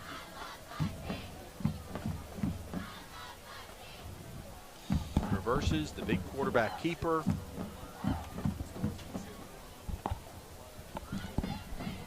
It's going to be another tough one to take, because you go back and you're going to watch film and you're going to be like, man, we had our opportunities. Man, we wish we'd have not given up that one big play. This is another frustrating one, but you know what? The non-conference season is now officially over. You know, that's what I was going to say. We got to keep in mind that we're fixing to start the season. We're going in 0-0, and so there were some good things tonight and some bad things, but they got to remember that this, in the big scheme of things, really doesn't matter. No, the second season starts right now. The preseason is over, and you're going to try and work out the kinks as we get ready for the Pedal Panthers next week. We will step aside for just a moment, come back, and hopefully get a word with Coach Hunter as we go into our post-game show in just a moment. Come smile with Sky. Sky Family Dental of Pearl provides complete dental care for the entire family. Oral exams, cleanings, dentures, implants. Most insurance is accepted and financing is available. Call now to schedule your appointment. Come smile with Sky. Public service has always had a very special place in my heart, and to be able to do it and be a first responder as a reserve, when you're not getting paid, that's just one of the most selfless acts you can do. I think we all have a responsibility to our towns and our communities. Well, for me, it's simple. I mean, when you say local, that's what's most important to me. Our citizens inside this county, we all care for each other, and we do everything we can to help everybody out. I am Shane Fletcher with Farm Bureau, and we are the home team. They say good things come in small packages. And I found the same thing to be true with small businesses. Places where you can get a good cup of coffee or a fresh haircut. Where they call you by your name and the coffee don't taste like cardboard. Well, Alpha's like that too. They're local folks who care about making sure you have what you need, like great rates for business insurance. Local just means more. Call Alpha agent John McHenry in Pearl for a quote today. These fresh, never frozen chicken fingers at Raising Cane's are so delicious. They speak for themselves. So, while you watch, I'll tell you all about our secret dipping sauce. First off, it's a sauce. And you use it for dipping. Yeah, that's all I can tell you. Because it's, secret. Raising Cane's. One love. When you're ready to make a move in Pirate Country, contact Penny Pitts with Havard Real Estate Group in Pearl. Penny is a multi-million-dollar producer and loves to help her clients find the home of their dreams. If you are a first-time home buyer or ready to upsize or downsize, she is the agent for you. Penny is a Pearl High School graduate and an avid supporter of Pirate athletics. Make your move with the home team. That's Penny Pitts, Havard Real Estate Group. Another learning experience tonight for this young Pirate football team as they fall to Biloxi 24-17 down here on the Gulf Coast. Greg Flynn, Bryant May, and the Professor Roy Harper with you. We will get a word with Coach Hunter in just a moment as he's addressing his team.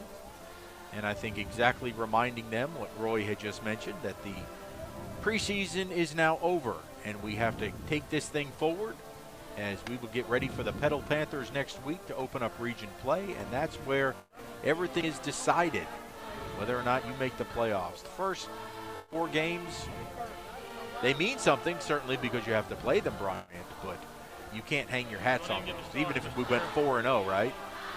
Yeah, it's never fun to lose. It's always a lot more fun to win, especially when you're coming home on a road trip like we'll have a long one tonight, but these are learning experiences that ultimately prepare you for region play, which is where the real season begins, and that'll start next week as Roy gets ready to catch up. Yeah, hey guys. Coach Justin Hunter. Yeah, I'm here with Coach Hunter.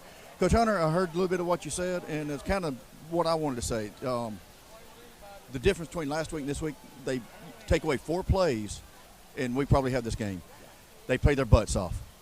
No, they did. And that's what we told them at halftime. Tough break there in the second half. They hit a big play right there. Defense had played their butts off. Then we give up a kind of cheap one right there. We started cramping a little bit again. But we got kids going both ways. And it's just, I'm not making an excuse. We got to do better. But they are giving us everything they got. They're playing while they're cramping. They're coming out. And we're just limited on kind of who we can put in there right now. I guess is the right way to say it. But they battled. They stuck together. The halftime. We never thought we was going to lose the game till the horn sounded. We just ran out of time. And that's what we want. We want kids that fight. We want kids that do what we ask them to do, and they're playing their tails off, man. The only way to go is up. Excuse me. The only way to go is up. Oh, I agree. And you told them that how proud you were of them, and that we're just this far away. Right. We're just an inch away from being a really, really good team with a really young team. Our season actually starts next week. That's right. So how do you approach that with them to let them know, hey, this doesn't matter in the big scheme of things. Next week it starts. Yeah, we got to attack it just like we attacked this week. They came ready to work on Monday, Tuesday, Wednesday, Thursday. We got better each day. We got to do that again this week. And obviously a good pedal team coming. They got to come to us. There's something special about Ray Rogers Stadium when the fans pack it out and the student section gets going and all the kind of magic in that place, I guess. And for some reason the other night it wasn't like that. Because with our effort the atmosphere is amazing, but I think it's really big that we get them at home because we are different at home. For whatever reason, they respond to the home fans. So I just ask you, come support these kids, man. They deserve it. They deserve it. They're giving us all they got. And like I said, the only way to go is up. And I'd also like to say this: didn't get the chance to talk to you last week. I think I ignored you a little bit, but the game plan that y'all put together to go in last week and this week, and the play calling is just, from what I see on the sidelines, just been exceptional. It's just the little things that are keeping us away from getting in the end zone and showing these people what Pearl Pirate football is really about. Right. No, I agree. I don't. When we was watching the film from the other night, there wasn't any play calls questioned or anything like that. You just try to put the kids in position to make a play on offense and defense. And the grand scheme of things, sometimes they do, sometimes they don't. It's like that on Saturdays and Sundays as well. We got to do our jobs and just make sure we put them to have an opportunity to be successful. That's our jobs. Put them in an opportunity as far as Friday nights go. Put them in an opportunity to be successful with the situation. And coach them hard and love them hard. That's what we do. But on Friday nights, we have to put them in position to make plays. And I felt like we did that tonight, again. And we're going to continue to do that because it's our job. We love it. We work hard at it, and these kids deserve it. So that's what we're going to give them. Coach, I think y'all done a great job so far. I hate losing as much as you do, but y'all done a great job. I'm proud of these guys. Good luck next week. Thanks, guys. Appreciate y'all. All right, guys. To the fans out there that are still watching, still listening, come support these kids. Man, they are leaving everything they got on the field. Coach talked about the cramps. Not only that, we got bruised ribs. We got bone bruises on the feet. We got twisted ankles. And these kids are still going out there to play. And they are representing Pearl High School, the city of Pearl, the whole community, the best that they can. It just hasn't gone their way. They're a young team. We're just right there. And I expect to see a different team and a big win Friday night. Wise words from the professor. Thank you, Roy. Safe travels back up Highway 49. It is very true. It's not an excuse when you have to play guys both ways. And your best cornerback / wide receiver in Justice Moore is out. Yep. And it's just, we're just so close at those couple of big plays. They're really, really growing. And if we can just put it together in this region play, look out. Yep. Reps count. As I talked to one of our younger players a little bit earlier today, and we were talking about just the age of the team. And, you and I have watched this happen. We were talking about it on the ride down today, that we watched a really young squad back in 2015 transition up into 6A and go 4-7. It was a really difficult year. The very next year, that squad grew up a year, went to the state championship, fell to Clinton. The very next year, they go and win undefeated and win a state championship. And so, age and maturity matters. A number of reps matter. It's way different for for a few of these guys who are freshmen and sophomores to walk out here and take varsity snaps after all you've played is eighth grade football, and you jump all the way to the varsity level. So those aren't excuses. That's just reality, and that's what you're dealing with. But man, these coaches are doing everything they can to raise up young men and raise up really good football players. And these guys, as Roy said, as Coach Hunter said, they're leaving everything on the field.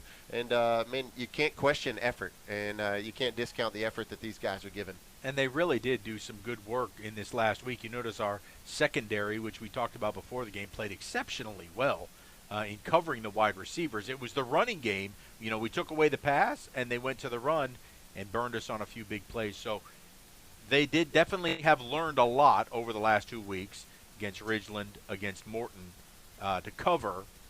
Now you just got to put it together with stopping the run. And, I didn't see how Petal turned out tonight. I know they're playing another non-conference game against Laurel. Yeah, last count, I believe they were up 31-27 in the fourth quarter. So they had a close contest just like we did tonight. And you wipe it all clean next week. You bring it to Ray Rogers Stadium, and that's when everything really begins to matter as we kick off region play. All right, folks, that's going to do it for us down here on the Gulf Coast. For the professor, Roy Harper down on the field. For Carol Davis, who's been up top bringing you the pictures. And to, no, Frank, I'm not going to forget you. To Frank Hutton, who's been sitting over here running his magic box to get us on the air. My ball boy extraordinaire, Jack Flynn, who is exhausted from running those sidelines down there. You'll be okay, Jack. You can sleep in the car on the way home. And for Bryant May, I'm Greg Flynn, folks. No matter what, remember, every day is a great day to be a Pirate.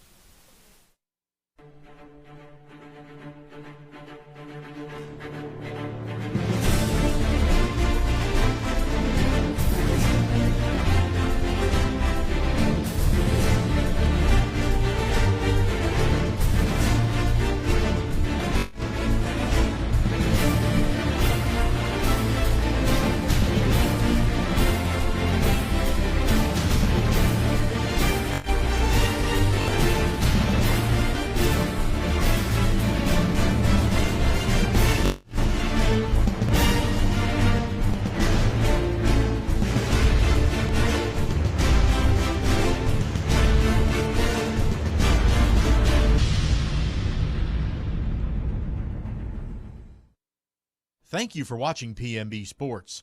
The preceding broadcast is copyrighted by Pearl Municipal Broadcasting for the private use of our audience. Any other use of this broadcast without the written consent of Pearl High School or PMB is prohibited.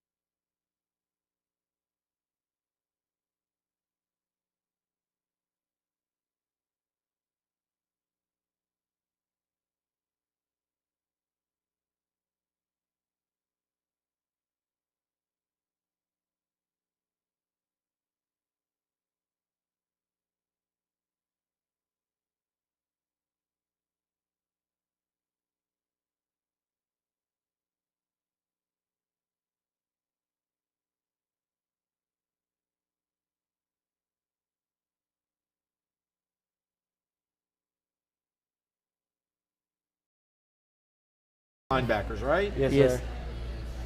Yeah. You gonna elaborate on it? Yeah, they push us very hard, and like we gotta be 100% every day, and because we don't like getting beat. We all competitive, so. What's the hardest linebacker to get past? Our linebacker. Probably Kai, because he got the vision and he fast through the line. What's the hardest running back to take down for us? Definitely TJ the Bruiser, of course. Our coach so short. So. Yeah, and he didn't even have that good of a vision, but he's just so low to the ground as soon as he hits that ball full speed. He's strong full speed. That's why he is the bull. Yeah. Yes, sir. Gentlemen, I look forward to Friday night. I feel bad for Biloxi because we're going to bring a little something to it. We're coming hard this week. Well, go and enjoy some good Mugshots dinner. How's that sound? Yes, sir. Amazing. All right, we will step aside. When we come back, we will dive into the assistants corner and bring up defensive line coach, Mr. Mike Gregory. Stay with us. We continue for Mugshots right after this. When Pirates need a feast, they sail to Mugshots Grill and Bar. Voted best burger in Mississippi for 13 years in a row, Mugshots proudly serves fresh, never frozen certified Angus beef. X marks a spot at 2 locations on the map, in Pearl on Riverwind Drive in the movie theater parking lot, and in Flowood on the corner of Airport Road and Lakeland Drive.